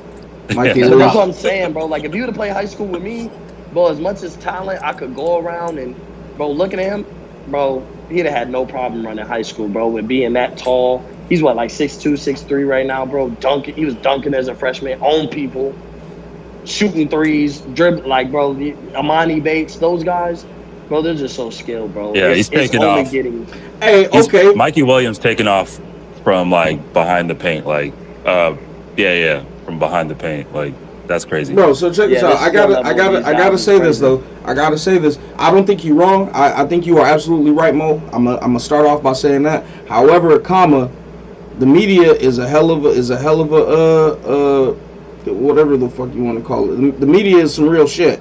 So What, going viral? Like, going viral, blowing people yeah. up, So like I guarantee you, there's kids that went to high school when we went to high school, and when you went to high school, that probably were as good or better than the kids we looking at now, but we just never seen them because they weren't put out there like that, like they're getting put out now. Yeah, Nope. I absolutely. Nope. Absolutely. And I've been around, bro. Look, I've been around ballers, bro. I played college ball. No. I'll tell you, there's one guy I can remember in high school where I'd be like, okay, bro, he would have been at that time what Mikey was. Other than that, Mikey would have been better than anybody I played high school basketball with. I'm sorry. All right. Besides your like star players, like bro, I played against like an overhyped player I've ever played against, Austin Rivers' little brother, Spencer Rivers. Bro, I've never walked in the gym and seen a guy get so much respect and be so trash. Because he's a Austin river. Rivers' little brother's terrible. Because he's a river. But I'm just saying, like, bro, Mikey would have went out there and killed that man, bro. Like, nah, bro. Dudes are just getting more skilled. That's what it is. Like, the training is getting more efficient. Like, it's just, I don't know if it's different what we eat, what these kids are eating as opposed to what we were eating, but these kids don't even seem like they're all spoon fed, bro. We read PB&Js just to get full, bro. And these dudes just posting and driving Bentley Mustangs and eating steak and lobster for dinner, bro. So they just built different. Hey, so I had to say my overperformer, and it's just my personal opinion. That's because I didn't think they were going to be as good, but the Pelicans. Not that I think they're a trash team by any means, but they're looking a lot better than they did last year. And Zion lost his weight, and did he? Still he, fat. He lost 15 pounds of fat. Or no, it was like 30 pounds of fat and gained 15 pounds of muscle. So and he's still fat. Hey, but like he's a freak of nature, bro. You will never see somebody that big and looking that fat play like, besides James Harden, but play like Zion Williamson. I mean, yeah, that's true, but that once again goes to the kids are just more skilled nowadays than you would have never thought you'd see a guy built like Zion Williamson on a basketball court when we were in high school, bro. You would have never seen that ever. What was old boy's name on the Celtics? Big Baby Davis. Big Baby. You know what I'm saying? I mean, he ain't as skilled as Zion Williamson, but that was pretty big. Realistically, bro, he was terrible. Like, if you really think about it, after college, bro, he never was really good. Hey, my man got a ring. All right. Kendrick Perkins got a ring. Like, who cares? Hey, Big Baby played his role, though. He was out there enforcing, same with Kendrick. Yeah, but I can't say, like, Big Baby was also supposed to be a star coming into the league. He was supposed to be the greatest fat guy we've ever seen dribble a basketball. And, like, he won a ring, bro, being a good role player. Like, hey, you can't say that. You remember Escalade from N1? Well, nobody had nothing on Escalade, though, if we want to be real. Never seen a fat guy handle the ball the way he did. So, and he put it in his shirt around the waist, bro. You've never seen a fat guy move like that, bro. Never. Hey, he did. He really did. Never. Escalade died? Yeah, right? Yeah. I didn't know that. Yeah, rest in peace, Escalade, but. All right, hey, gotta get through these last two questions. I gotta get off soon. Actually, I want to make this a two-part question. What does Lonzo's? I want to know what Lonzo's future and LaMelo's future look like. But we'll start with Lonzo. Ev, you go ahead and start. I think he's gonna stick with the Pelicans. I don't know if he's gonna ever make a All-Star team, but he's gonna be okay. I think his driving wise, he really needs to work on that as much as he does with shooting. But offensively, he's not that good. But defensively, he's definitely a really good player on that side of the ball. He's been making his threes, man. He's looking really efficient from the 3-point line. Yeah. What about LaMelo? I can see him making an all-star team just because he's on the East. And, I mean, I think Terry Rozier, he's having a good year, but eventually I think they're going to have to. Hey, Hey, he crucified KD, bro. He Yeah, I saw crucified that. He KD, did. bro. He I was did. like, dang. He did, but I do think that dunk was a little overrated, bro. Look, man. Okay, you. No. Hey. So he tried to do that same dunk on LeBron, and LeBron got him when he was in Cleveland. And I've seen everybody point that out, bro, because this LeBron KD argument. Oh God, here we go. Everybody looks to praise LeBron, and like LeBron fans look to praise LeBron and dog KD, and KD fans look to praise KD and dog LeBron. But I'm gonna be honest, bro. He wouldn't have dunked on KD straight up, bro. Like, it took KD having to try and chase him down. Only difference is, bro, he didn't do it on LeBron because LeBron, nobody chased down blocks like LeBron does, bro. So I will give LeBron that. I give the GOAT his credit on that, bro. Are you taking credit away from Terry Rozier and his dunk? A little bit, just a little bit. Wow. As nice as it looks, Wow. bro, you just watch it, bro. Like, bro, if KD would have blocked it, that block would have been incredible. But because Terry he Rozier didn't would get have there in probably time, died. bro, the dunk looked great. Look, I watched that dunk in slow mo on 8K. That shit was nasty. All right. It was nasty. nice. And but I KD was think on it his was a ass. what makes it even worse was the picture they were able, like the photo that goes on the wall. Yeah, that's what makes it worse. Hey, Because you see that and you're like, oh my God. Hey. You watch the whole play, bro, and realize that KD Was had to coming. hustle his ass off to get to that chase it point, down, yeah. bro. Like, hey, I don't he even flat like out Terry bodied Rozier. KD. I don't even like Terry Rozier. Not like him. I'm saying like he ain't one of my favorite players. But I was contemplating getting that poster put up in my fucking office, man. I'm gonna be honest, bro. That'd be a legit poster. Like, if I walk in somebody's room and see that, I'm like, yo, hey, I remember that. Like, I remember that. To be honest, like, I am gonna sit there and be like, yo, that's a tough picture right there. But there's a lot of pictures that look great, bro. Yeah, Context, yeah. man. Yeah, they won that. Did they win that game? I think Yeah. so. I think they won that Yeah, game. they did. Yeah. Anyway, all right, Des.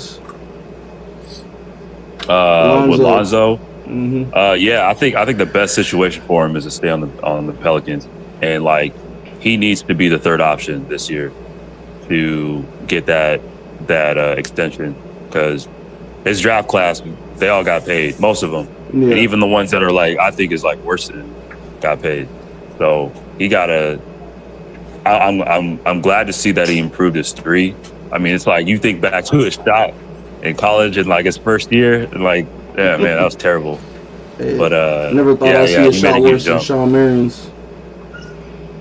I'll also say, I think out of college or during the draft, he was projected around like a Ricky Rubio type player, and what's the assistant coach's name now of the Lakers? Jason Kidd. Jason Kidd, yeah, Jason Kidd. And I think he's going to turn into Alonzo or a Ricky Rubio more so, unless he gets to a team where he like has to be the second option. I don't know if he's ever going to be a first option, but Never. I think that's going to be like his ceiling, like a second option. Hey. And then Go ahead. I'll say after you're done. I was going to say like with LaMelo. Yeah. Yeah, I mean the box office is there. It's like he has that same kind of Zion appeal. I think it's just from here on out. Yeah, I think like you said, maybe the Hornets make a trade. Maybe they are putting Rozier out there to boost his stats a little bit, so they can put some trade value out there and trade him. Yeah, buddy, go ahead, keep scoring. Yeah, yeah, we like that.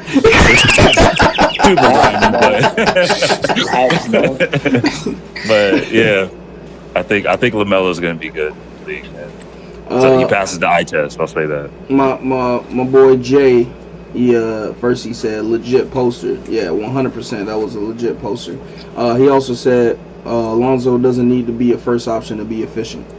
So you're right, absolutely right. But we'll see. All right, go ahead. So Mo. So with Lonzo, bro, what I'm gonna do with Lonzo is I'm gonna give a shout out to arguably the greatest basketball mind I've ever been able to listen to. And if y'all haven't checked it out, with loving basketball the way y'all do, bro, check out the One of One podcast by Rashad Phillips. he changes the whole game for the NBA as is in the future. He takes your traditional point guard, shooting guard, small forward, power forward, center, and he breaks down the type of guards you have, the type of forwards.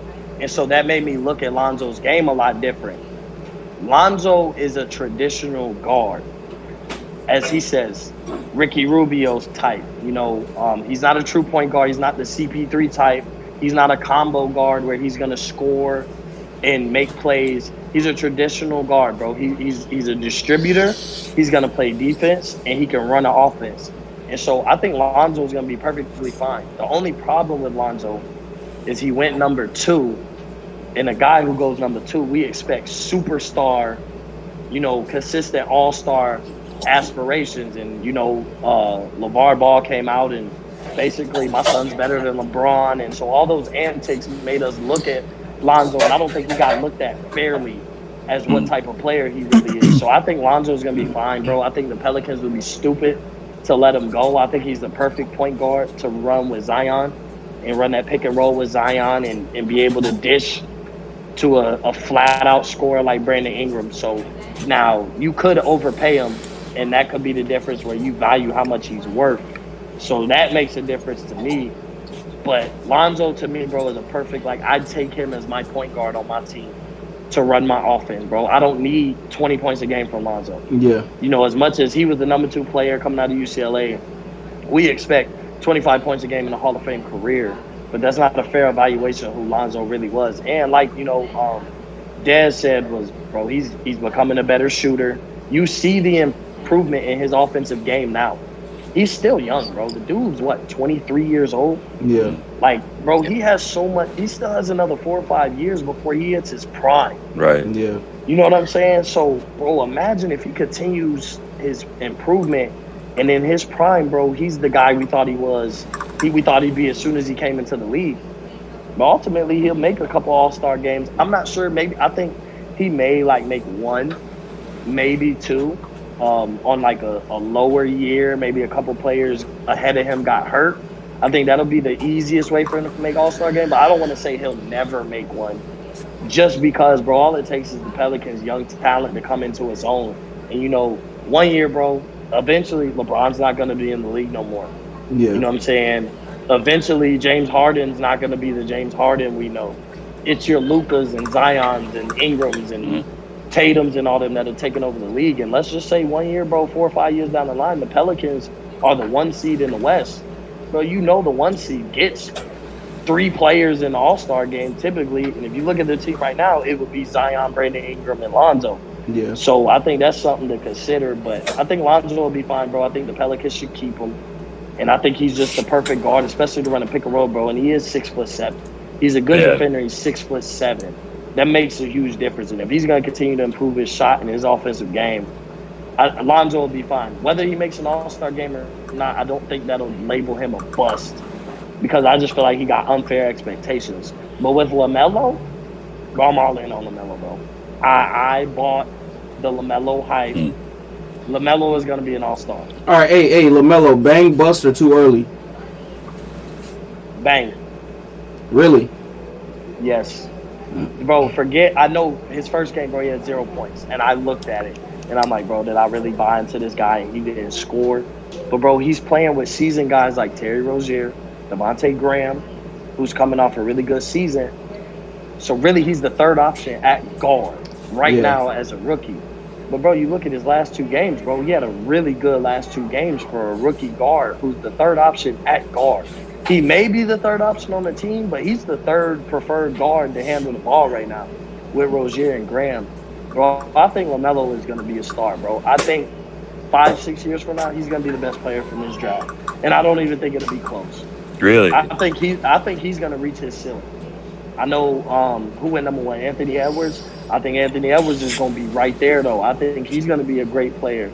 But I think LaMelo, bro, look, as much as we don't know how much he works with players, bro, just pay attention to who owns his team. Michael Jordan. Michael Jordan has been the worst guy to draft ever.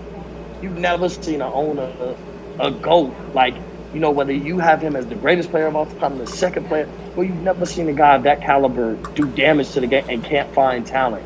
Bro, I think he's going to take LaMelo and take him to the next step, bro. Forget his dad. You haven't heard much from LeVar since the season started. You haven't really heard anything. Bro, I think Michael Jordan's going to invest in him. This is the biggest star he's drafted, outside of maybe Michael Kidd-Gilchrist, because Kidd-Gilchrist was supposed to be a star when he drafted him. But I think Jordan's going to look at it and be like, bro, I got to hit on somebody. So you know what? Maybe as an owner, I need to invest my mental and my ability to teach a guy to be great. And he'll do that with LaMelo Ball. I think LaMelo Ball is going to be a star, bro. Not the greatest player. He may never reach a top 5 player in the league. But I think in 4 to 5 years, bro, I think he might be a top 10 to 15 player in the league. All right. I truly believe that. I bought the hype, bro. So whether it's, I bought the LaMelo hype, bro. I watched him overseas. I watched some of his games overseas, bro. You look at his potential, bro, he's that good. Potentially, if he reaches his full potential, bro, he's that good. So the organization, though, man. Yeah, but look at Devontae Graham. Like, Devontae Graham is a name. He hit the scene. Terry Rozier is balling right now. Like, and I get it. They're probably allowing him to cut loose to trade him. But, bro, Devontae Graham hit the scene in that organization. I valued Devontae Graham a lot coming out of Kansas, but he hit the scene in that organization. Devontae Graham ain't half as talented coming out of college as LaMelo is.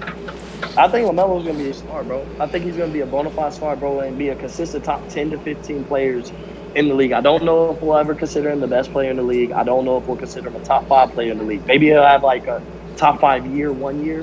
But I think, bro, in about 4 to 5 years, when he's about 24, bro, we'll probably have him in that 10 to 15 range. Maybe like 18 at the most. Like, he'll be ranked where like Chris Middleton is.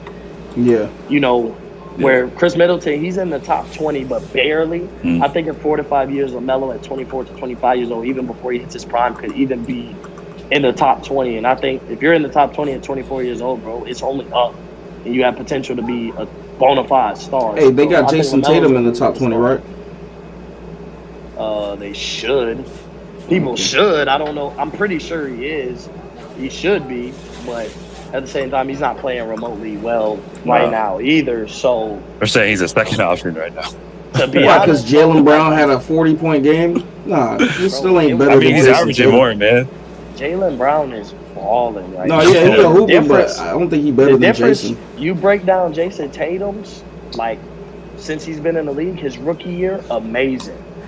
Be the best player on his team and takes him to the conference finals. His second year, he hit that sophomore slump. Last year, we were ready to deem him a future superstar. We had him on the Luka level and the Trae Young. The future of the league is Tatum, Trae Young, Luka Doncic. Like, that's the future of the league. Devin Booker. But you look at him right now, bro, he's up and down, bro. His second year, he dropped a lot. Third year, he raised back up to superstar right now, bro. Where you see Jaylen Brown got better every year, bro. And if he's continuing to trend up and Jason Tatum's up and down, bro, that could be dangerous, bro, because people is ready to deem Jason Tatum. Man, I see a lot of Kobe in him. I see a lot of this guy in him. Sometimes them expectations make you look at a guy and value him that high, and he'll never be that. We're never going to see – I mean, I can't say never because it eventually down the line it happens. I mean, when you had Jordan, you thought you would never see another Jordan, and then you see Kobe. But, bro, honestly, bro, with all these guys in their game, bro, I don't think you'll see a Kobe Bryant for a long time. Yeah. I gotta say what my comments is saying. So it's Jay, and he said, first off, Lonzo's jumper gonna keep getting better. His stock gonna keep rising. He has everything else already. True. Yep. He said LaMelo, bang for sure. He's playing with great confidence, and he's not required to carry the load. True. Exactly. And he said LaMelo's been playing pro ball for years. So I'll start off. Hey, whoever that is. Hey, I like him, King. I like where he coming from. That's my boy. He been on the. No, Jay ain't been on the show. I've been trying to get him on the show. We'll probably get him on the next one. Everybody's came great with the evaluation of Lonzo and LaMelo, though, because I'm not gonna lie, bro. Like, me saying LaMelo gonna be a star, it could backfire and I could look stupid a year down the line, bro. You look and you like, bro, you remember you could bring that up where you want to be hesitant and be like, I think LaMelo gonna be good. I just don't know about great. you play it safe, bro, because LaMelo's gonna be a good basketball player. But like for me to go out there and say he's gonna be an all-star, bro, and I think he's gonna be a great player, I went and bought his hype and bought his potential. It could bite me in the face where if you play it safe, you be like, yeah, I could see him failing a little bit and being a bust. So I said he was gonna be good. So it's not wrong to say, like, I wouldn't say anybody who thinks LaMelo's not gonna be a superstar or all-star that they're wrong. Yeah. You never want to buy into a guy too early. Like, you're never wrong for that. No, I think he looks good. I think for as far as Lonzo goes, I think Lonzo's gonna be straight.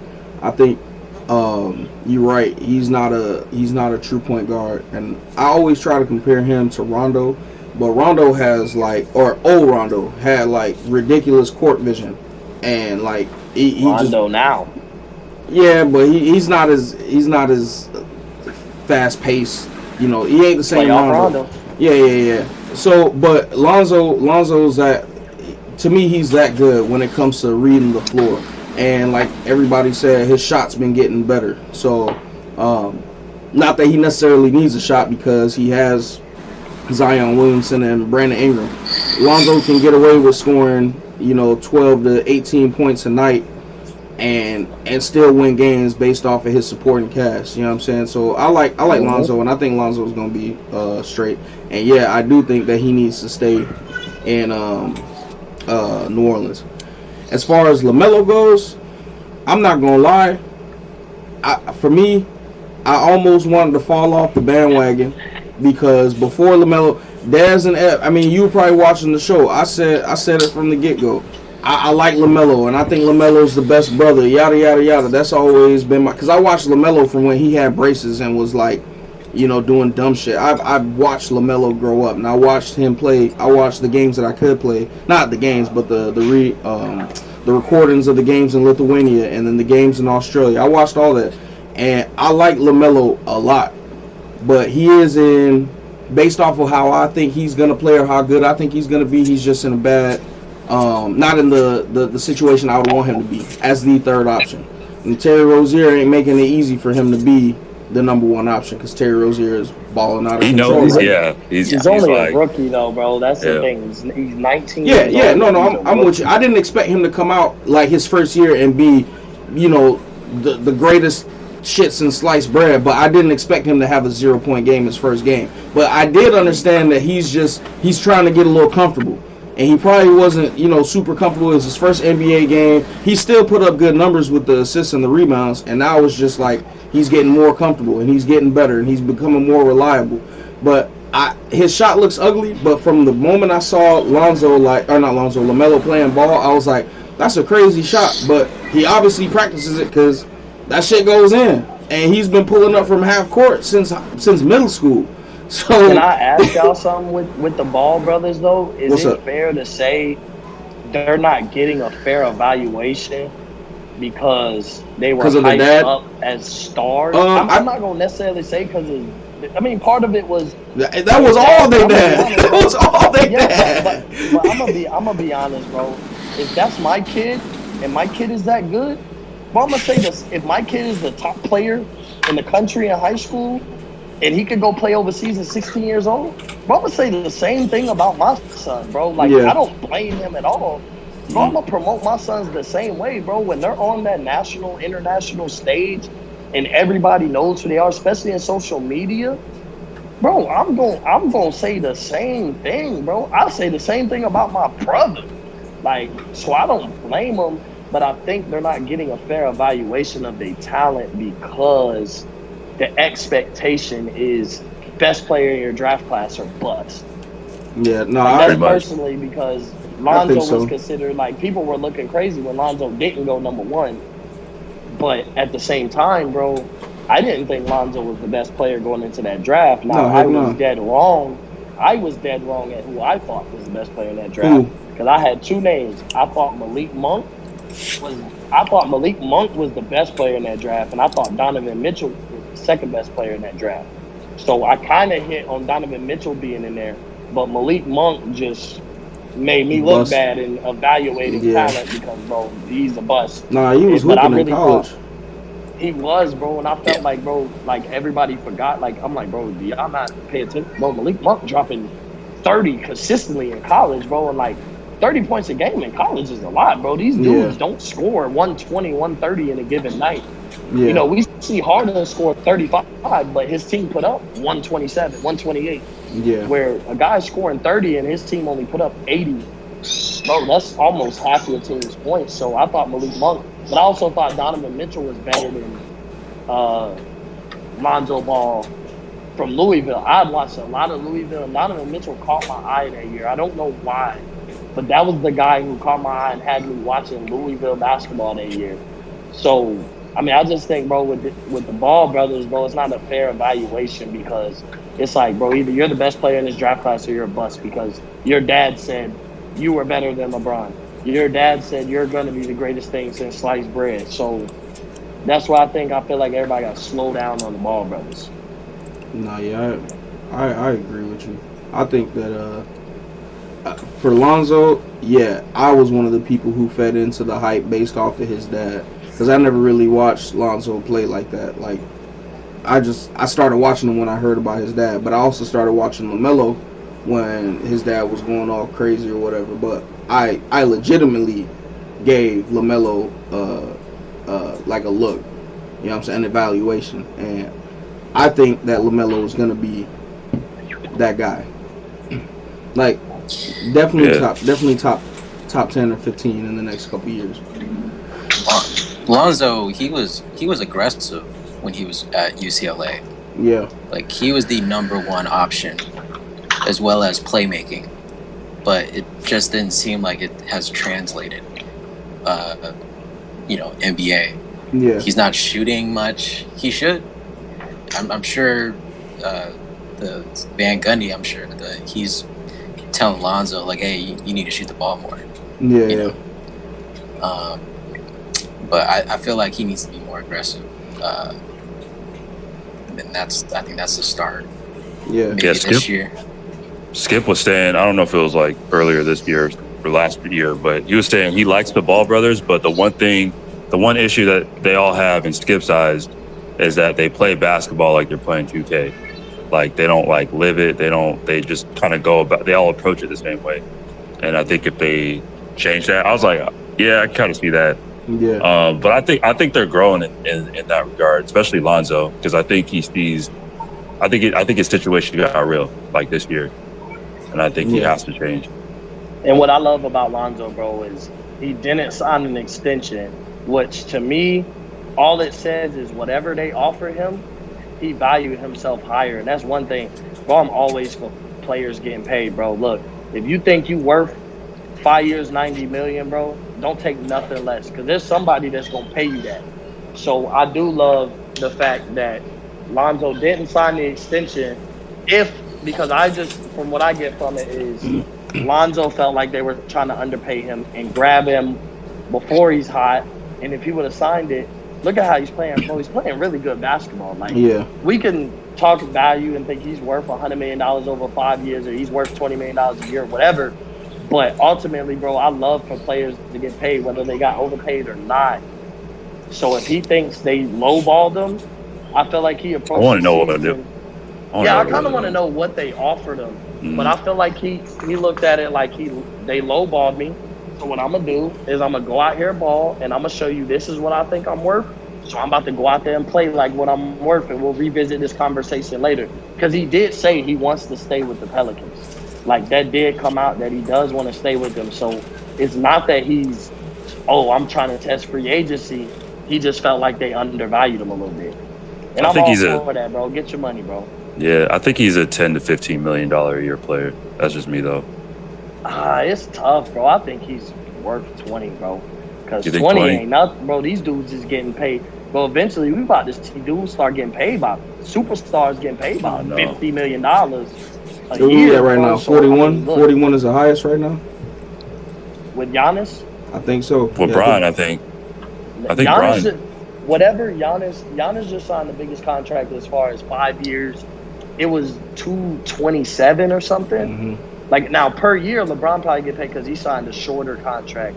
But bro, I mean, these superstars are getting over $40 million. So I think, like, when you really look at it, bro, I'm worth half that.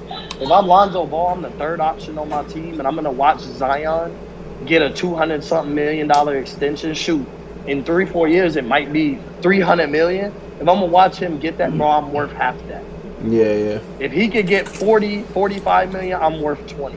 And so I think with the price going up, with money not being worth as much, nowadays, and superstars getting paid 40 plus, I think he should value himself at about anywhere from 17 to 20 million a year, bro. Because somebody will pay him. If the Pelicans don't pay him, somebody gonna pay him. Absolutely. So that's my biggest thing, is don't settle for less money about loyalty, bro. Because at the end of the day, this game is a business. Basketball is a business. So don't let loyalty shaft you money. Like, I'd be more, bro. I wouldn't chase championships. I'd chase the dollars, bro. All right. I'd more have a All right, Carmelo. Yeah, all right, Carmelo. 100%, bro. You know why? Because Carmelo gonna go to the Hall of Fame, bro, with no championships. He's gonna go to the Hall of Fame, and he chased the money, bro. He got as much money. He valued his talent and got as much money he could out of his career. So, bro, I'll chase the money, bro. A ring, as much as like you play for a championship, bro, even if I don't win a ring, bro, but I'm maximizing, got as much money as I could, I'm going to the Hall of Fame, bro, I'm still a great player. Yeah. I'm still one of the greatest players of all time. We forgot to mention that Zoe, he's not playing in ZO2s anymore. So maybe that could be a game changer, bro. Maybe that was the difference, He's not playing in $400 shoes anymore, bro. He went to like the rest of us and grabbed some Kyries. He's not playing in $400 shoes that are worth $15. Yeah, I'm with you. Hey, you can compare the ZOs to Starberries. I used to rock me some Starberries. I'm gonna be honest, bro. I don't care what nobody say. I had a pair. We did too. Hey, Keem owned the store. Hey, what was that store called? What was it called? Stephen Berry's? Stephen Berry's, yeah. Don't get me wrong, bro. I bought some Starberries because when I was at that age, I think I was in like late elementary school, maybe early middle school. And, bro, what mattered to me, I didn't care nothing about whatever sign, bro, is the player. Yeah, that was the same thing. Everybody who wore number 3, bro. So I had Starberries. I had the AIs, bro. I had Chris Paul when he went Team Jordan. I bought his shoes to play basketball in. I had the D-Wade Converse joints, bro. Like, you might have been the only one. Number 3. You might have been the only one with CPs. Yeah, bro. But I didn't wear them. I didn't wear them to school, bro. I hooped in them. Like, they were my school shoes, bro. So I knew what I was doing. But when I'm hooping, I'm like, bro, these CP3s, bro. Like, they gotta be. Mo, listen, man. We even stooped. Not Ev. Ev was good. me and Dez, we was struggling in high school, so we even stooped as low as to get the Dadas, man.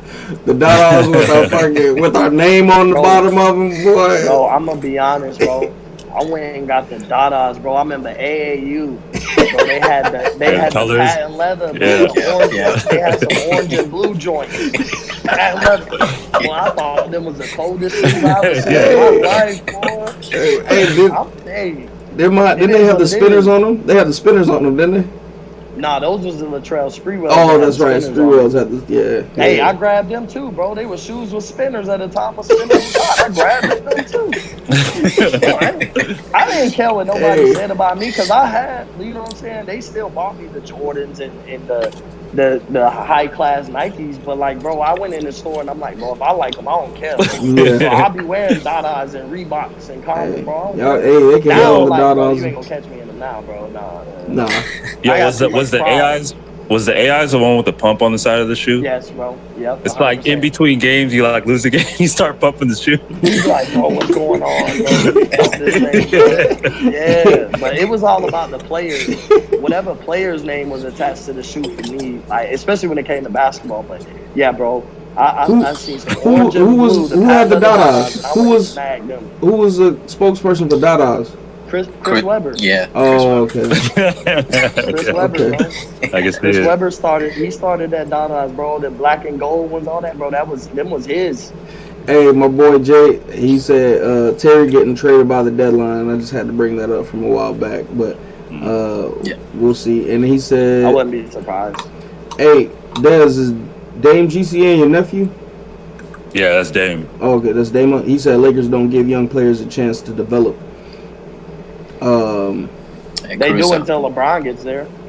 Yeah, well, not necessarily because when Kobe was still there. Granted, that was Kobe's like last year though, but I don't Bro, feel you like can't measure it with Kobe or LeBron, bro. Those yeah. guys are like, bro, let's win a championship. I ain't got time to be sitting here player development Yeah. around here, bro. Like I'm a GOAT. Like, you know what I'm saying? I'm one of the best players ever played this game, bro. I gotta catch Jordan.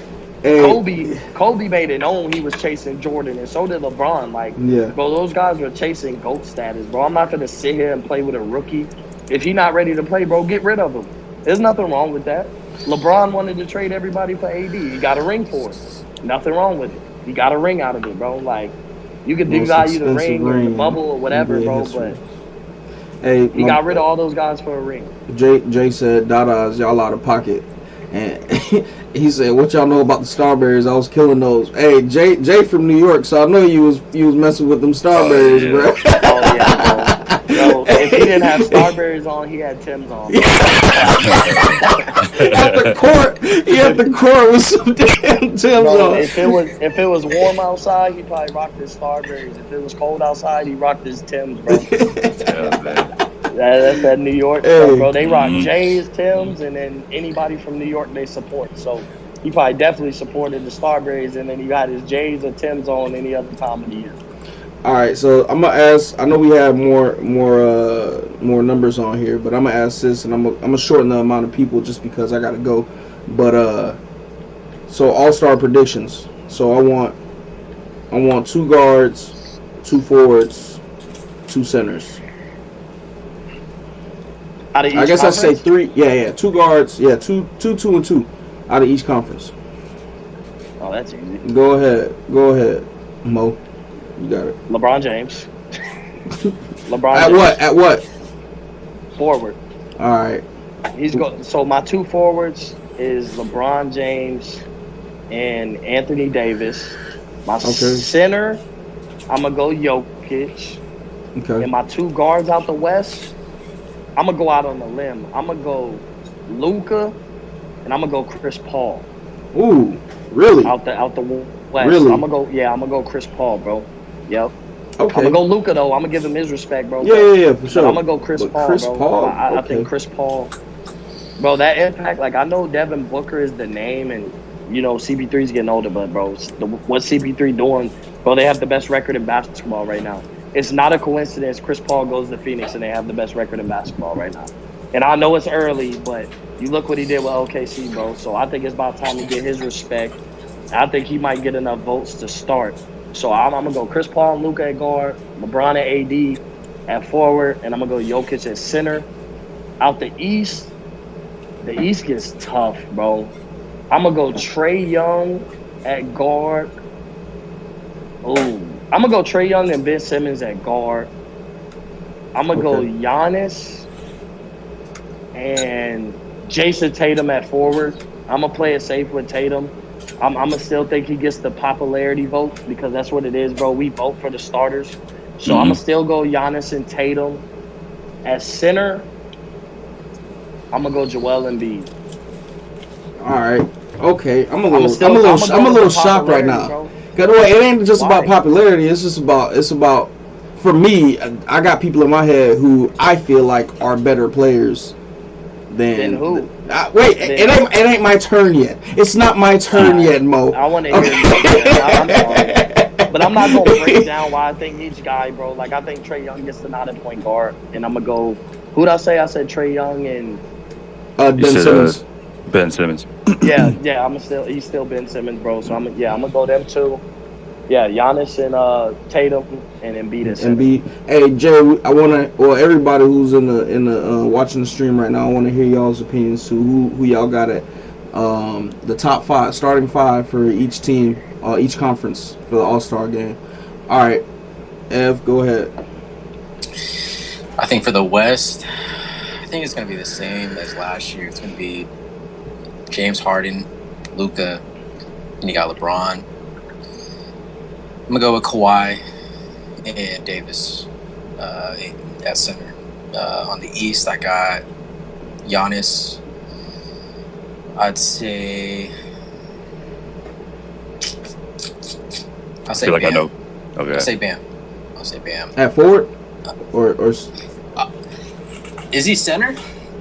I think he's considered a center. Like I think when it comes to the All-Star game, bro, he's gonna be considered a The center. center? Okay. The same way Anthony Davis, bro. He's a power forward, but when it comes to making sure he gets that All-Star starting five, and you can have Kawhi and LeBron, bro, they're gonna vote him in the center. Yeah. Yep. Then I got Tatum at forward with Giannis, and then I got Bam, and then I'll say the two guards. I got Trae Young and Jaylen Brown. Okay. I like the Jaylen Brown, bro. Dez, go ahead. I got Jaylen Brown on making his first All-Star appearance this year. I made kind of the whole thing. So I got Steph Curry, James Harden, Dame, Luka as the four guards.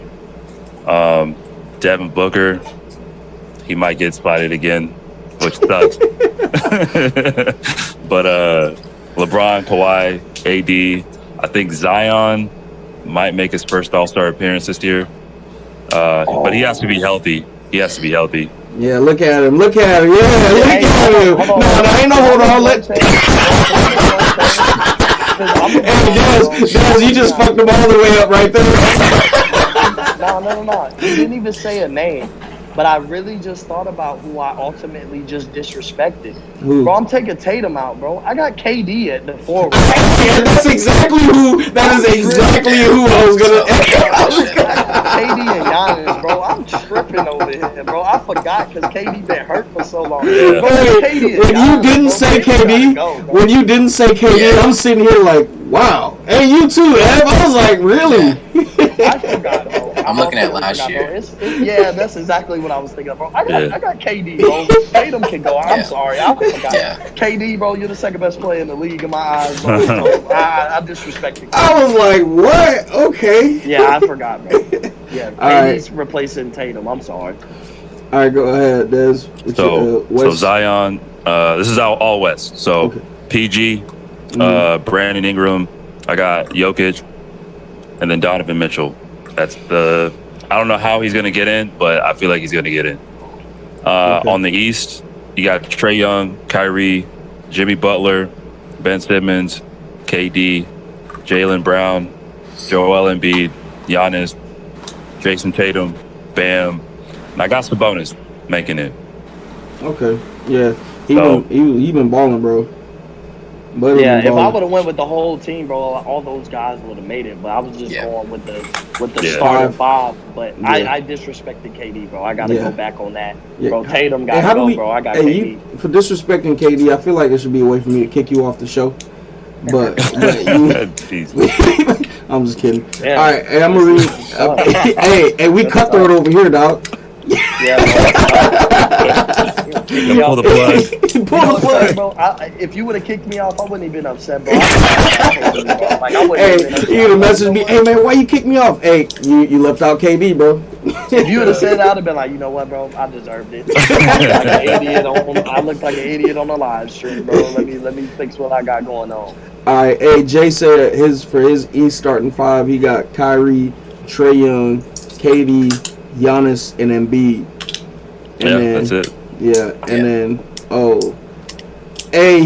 so Jay thought to say, I didn't read this till just now, but he said y'all crazy if y'all think KD not gonna be an All-Star in the East. He said that before. Bro, I just was thinking. Bro, I was thinking about last year. Yeah, Like that's all I was thinking about. I forgot about KD. Like I can't believe I did that, but I forgot about KD, bro. So I take that on the chin. Yeah. So for my East, like legitimately, exactly what he had is what I have. That's Kyrie, Trae Young, KD, Giannis, and Embiid. For my West, it's gonna be James Harden at guard. It's gonna be Dame Lillard at guard. I feel bad leaving Steph Curry off, but he'll probably be on the All-Star team, but not starting five. He'll be voted in. Yeah, he'll be voted in. Who's a? No, go ahead. What were we about to ask? I was gonna say who's gonna be voted the most popular. It'll be LeBron on the West, I think. Again, so I think LeBron and KD will be captains this year. Yeah. That's funny that you say KD will be a captain when you didn't have him on the original list. But anyway, I forgot. I completely from forgot. Not on the list to KD captain. It's crazy how that works. I was just fucking with you, Mo. He's been hurt, bro. He's been hurt for 2 years, bro. I forgot. You been hurt. Y'all got something in common, man.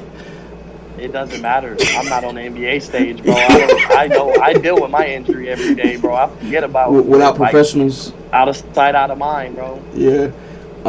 Yeah. All right. So I said Dame, James, Zion is gonna be my forward. AD as my forward and Jokic as my center.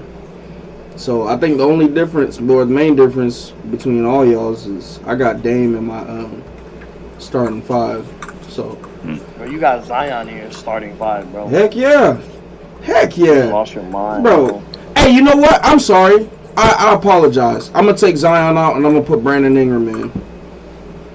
I apologize. Bro, my thing is Zion will be exciting for an All-Star game. Like, I definitely have him as on the All-Star team. That's why he'll get voted. I feel like because it's a popularity thing, right? Voted by us. I feel like Zion is gonna get voted in. Well, LaMelo might get in. Yeah, hey, you ain't wrong. You are absolutely right. LaMelo might get in. LaMelo might get in, bro. Yeah, and that's Steph funny. Will be a starting guard, bro. You think Steph gonna start? Be a starting. Yeah, bro. It's a popularity contest. Dame gonna make it, but I think Steph will get the nod as a point guard getting voted in. Do you know if they're gonna do? Because I know if we didn't say it in the beginning, there's not gonna be an All-Star game. They're just gonna name the All-Stars, but I don't know how they're gonna. I don't know if they're gonna be voted in or like the media's gonna pick. Or you said there's not gonna be. There's not gonna be a game. There's not gonna be an All-Star game. I hate this place, bro. Yeah, they're not. Are you serious? Yeah, there's not going to be an All-Star game. I thought it was going to be an All-Star game. They're just not doing All-Star weekend. Like, they're not.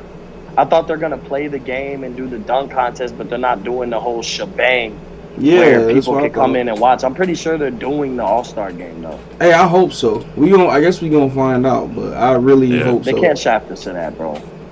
No fans or not, bro. We want to see that. That's a different type of basketball. Hey, for Jays West, he got Harden, Dame, Brandon Ingram, LeBron, AD, and Jokic. So yeah, as much as I forgot about Harden, I'm gonna stand by my CP3 pick. Yeah, I don't see CP3 getting. No, but I think he should get if Phoenix continues the ball. I think he should get his flowers, bro. He should. Harden is gonna get the vote. Avery Bradley should. All-Star game. Avery Bradley should be all defensive team. Yeah, but I think CP3 gonna make an All-Star team though. Like whether he starts or not, he's gonna make the All-Star game. I think he took Steph Curry's spot last year. So you think he gets swapped out for Curry? Who? I think he gets swapped out for Curry. Bro, I think if they go 4 guards, bro, I think CP3, Curry, Dame, and Harden, and Luka. Without Luka? But you could put Luka at forward though. They'll move Luka. Consider they brought him in as a forward just to make sure. Like if they really think CP3 should be in as a reserve, bro, and you gotta think about it, bro. When LeBron, I don't know how they pick the reserves. I know they say the media does, but let's be honest, bro. If LeBron's the number 1 vote getter, bro, he'll get CP3 in that All-Star game, bro. And he will draft him. He'll draft CP3 early if he has to. LeBron ain't gonna pull CP3, and so this ain't the presidential election, bro. All right, this is us. This is us. CP3 is not getting in, bro. Bro, we only vote the starters, bro. That's it. We only vote who the starters are. After that, bro, it's on the media. You don't think LeBron will be like, hey, bro, CP3. Hey. You don't think he'll start promoting them towards All-Star break, how great CP3 is? That's what LeBron does for his guys. Hey, Mo, I just want you to know you got a little bit of an argument in the chat, man. But before I say that, you got some haters in the chat. You got some haters. Nah, he ain't a hater. But he got a little argument for it. But before I say that, Dez, your nephew Dama, he said out the West he got Dame, Luka, LeBron, Zion, and Jokic. And then, so he left out AD and Steph. And out the West. He left AD out, bro. He tripping. Oh, no, that was his West. And out the East, he got Trae Young, Kyrie, KD, Tatum, and Embiid. And that's, I like that. All right, now, Mo. Jay said, and I quote, chill, bro. All right? He from New York. So, hey, chill, bro. Hey, CP3 is not the reason why Phoenix is doing good. Did we forget that Phoenix didn't lose a game in the bubble last year before he got there? Okay, so the one thing I will say to that is did we not forget Jamal Murray was called the Canadian Jordan in the bubble? The Miami Heat that didn't really deserve a spot in the finals and wouldn't have probably made it made it to the NBA Finals. Bro, let's not. T.J. Warren was one of the best scorers we've seen in a minute in the bubble. We can't take what they did in the bubble. Like, yeah, they played great, but CP3, look what he did at OKC. They had a 3% chance of making the playoffs. Bro, they get the 6th seed in the West. You think that's by coincidence? You think when CP3 goes over there and teaches Devin Booker and is running the pick and roll with DeAndre Ayton and Mikal Bridges elevates his game, you think it's a coincidence that CP3 comes over there, bro, and they have the best record in the NBA? People better stop. I know CP3 ain't won a championship, but people better stop disrespecting Chris Paul like he ain't the point guard. People better stop acting like he ain't the point guard, bro. He didn't get that name for no reason. Reason, bro. I feel like you could give Stephen A. Smith a run for his money. I'm just saying, it has everything, bro. As good as Phoenix was in the bubble, that was an ideal situation for some of those bad teams. Look how great Karis LeVert was in the bubble, bro. And he's a good player. He's playing good right now. Like, bro, Karis LeVert looked like an all-star in the bubble. T.J. Warren looked like an all-star. Didn't nobody name T.J. Warren or even think about T.J. Warren on their all-star team at all. And we're only 5 games into the season and not that long removed from the bubble. So, bro, the bubble don't hold as much weight. When we were sitting here, nobody even named Jamal Murray. And Jamal Murray in the bubble was being called the Canadian Jordan because he was going 50 back and forth with Donovan Mitchell. So the bubble doesn't hold – it holds weight, but for some of those guys that really showed out in the bubble, they got to run it back. If Jamal Murray was playing the way he did in the bubble, They all right, wouldn't bro, be you get 1 my and 4. respect, but he's not. He's not playing like that. Like, a lot of those guys that made a name for themselves in the bubble, bro, they got to run it back. And it's not a coincidence that Phoenix is able to run it back. Giving up Kelly Oubre and getting Chris Paul, bro, that's not a coincidence. Like, it's not Chris Paul has nothing to do with that. Bro, Chris Paul has everything to do with that. Devin Booker has elevated his game once again. We knew he was going to get better, so I'm not going to give the kudos to Chris Paul for how good Devin Booker's playing. But Mikal Bridges elevates his game. DeAndre Ayton doesn't look like a bust anymore, bro. That has everything to do with Chris Paul and his leadership and his impact on the court. Hey, Des, are you watching this? Nah. Is there a clap back in the chat? Hey, Mo, you might just want to pull up. What'd he say, bro? he said, like CP3 didn't have the best team in the NBA with the Clippers, but blew a 3-1 lead, couldn't get out the second round. Is he serious? CP3, the Clippers hold on. That Clippers team was the best team in the league. The Clippers were better than the Warriors? The Clippers were better than the Warriors? Hey, they blew a 3-1 lead. That's what he said. Bro, I don't care about championships or nothing. The point guard deserves his respect. Bro, you saying he said CP3. The Clippers were the best team in the league that year, bro. You stop it. Steph Curry, Klay Thompson, Draymond Green, Harrison Barnes, Andrew Bogut, David Lee, bro, stop it. That Clippers team wasn't better than them. I don't care nothing about Lob City, bro. They were overrated at the time. Hey, Keem, you might have to get Jay in the chat. Hey, Jay, do you want to just hop in, man? I'll just. Hey, y'all. Hey, this is good. This is a good conversation right here, man. This is a good conversation. Hey, bro, that man.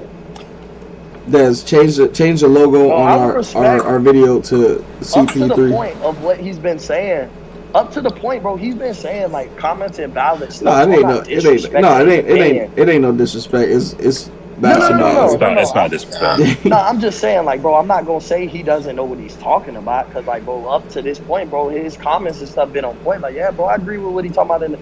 But, bro, that CP3 stuff, bro, gotta go, bro. CP3 got everything to do with the Phoenix Suns having the best record in the NBA right now. I don't care about who averages the most points. I don't care about who averages the most rebounds, bro. When you get a guy like Chris Paul on your team, that's the same reason why people were whining about if the Lakers get Chris Paul, bro, it's over. Just hand them a championship again. Because Chris Paul means that much to the team, bro. Like, nobody wanted to see Chris Paul get traded to the Lakers, bro, because it was like, just hand them the championship, even at 35 years old. With LeBron, AD, and CP3, nobody wanted to see that, bro.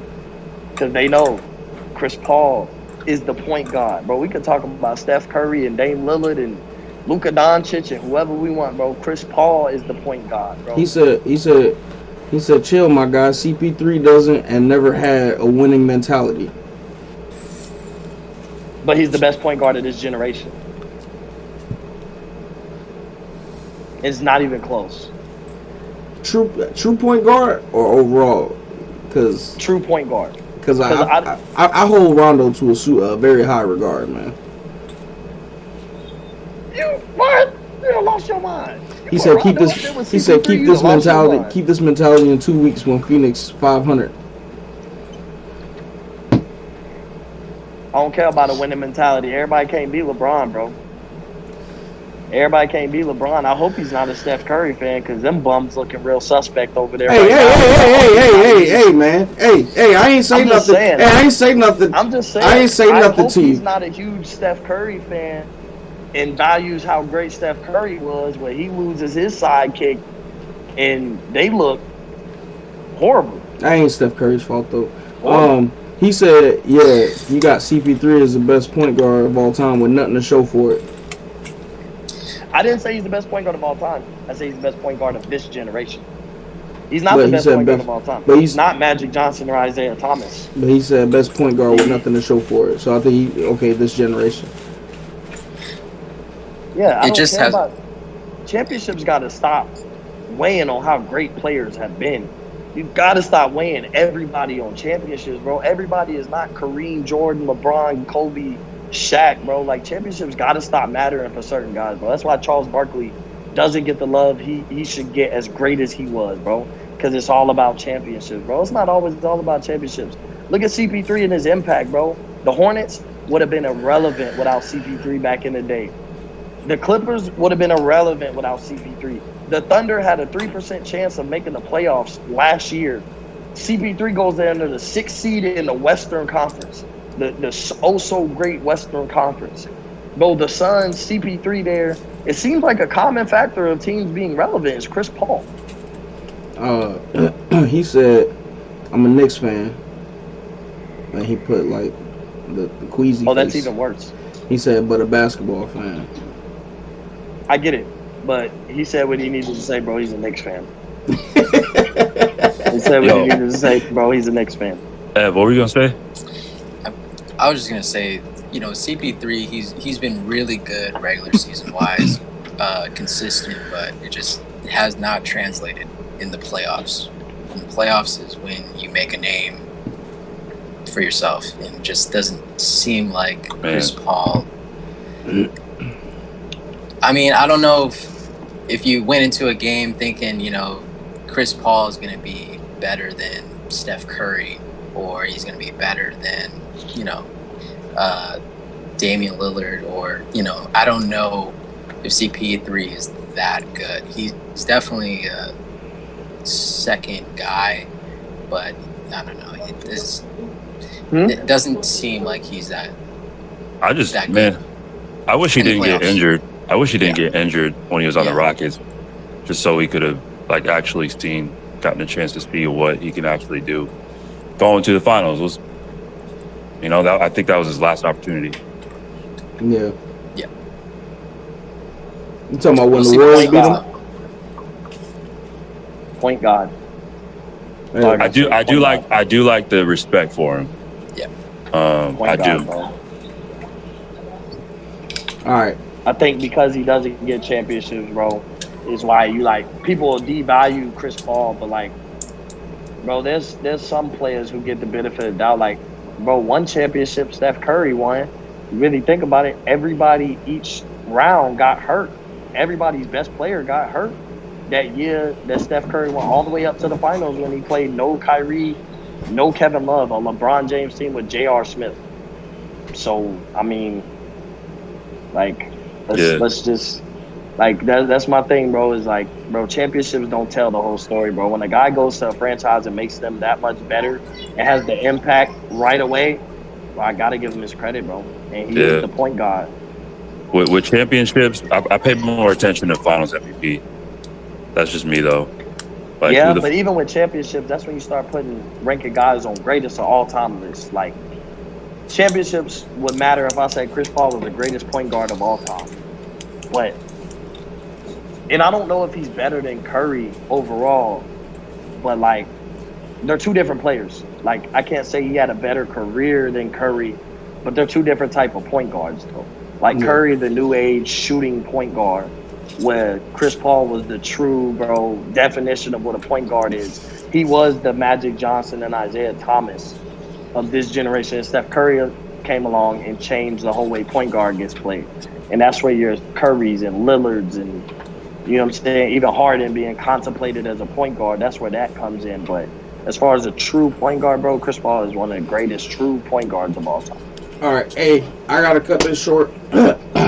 we gotta end this. But before I go, Jay, just so I make sure that I say what you gotta say, Mo, you don't gotta respond. I won't respond, bro. I won't But respond. Jay said, I agree, championships shouldn't hold that much weight. I'm with you 100%. But I judge players on how they play in huge moments and impact moments. Clippers, Rockets, loaded rosters that he couldn't win with. That's it. All right. So we will table this conversation and we will continue it. He said get him on the show next week. I sent him the link. He didn't hop in, so I think he might be busy. But when we have the show again, Jay, we'll make sure we get you in there. All right. Make sure you hop in when I send you the link too. But all right, y'all. I appreciate everybody hopping in. I appreciate everybody stopping by, leaving comments, watching, liking, sharing. We appreciate all that. Appreciate you, Mo, for hopping in. Don't forget, everybody, if you haven't got an opportunity, go check out Up in Flames. It's on most platforms. Just look it up. You'll see my boy Mo's face on there.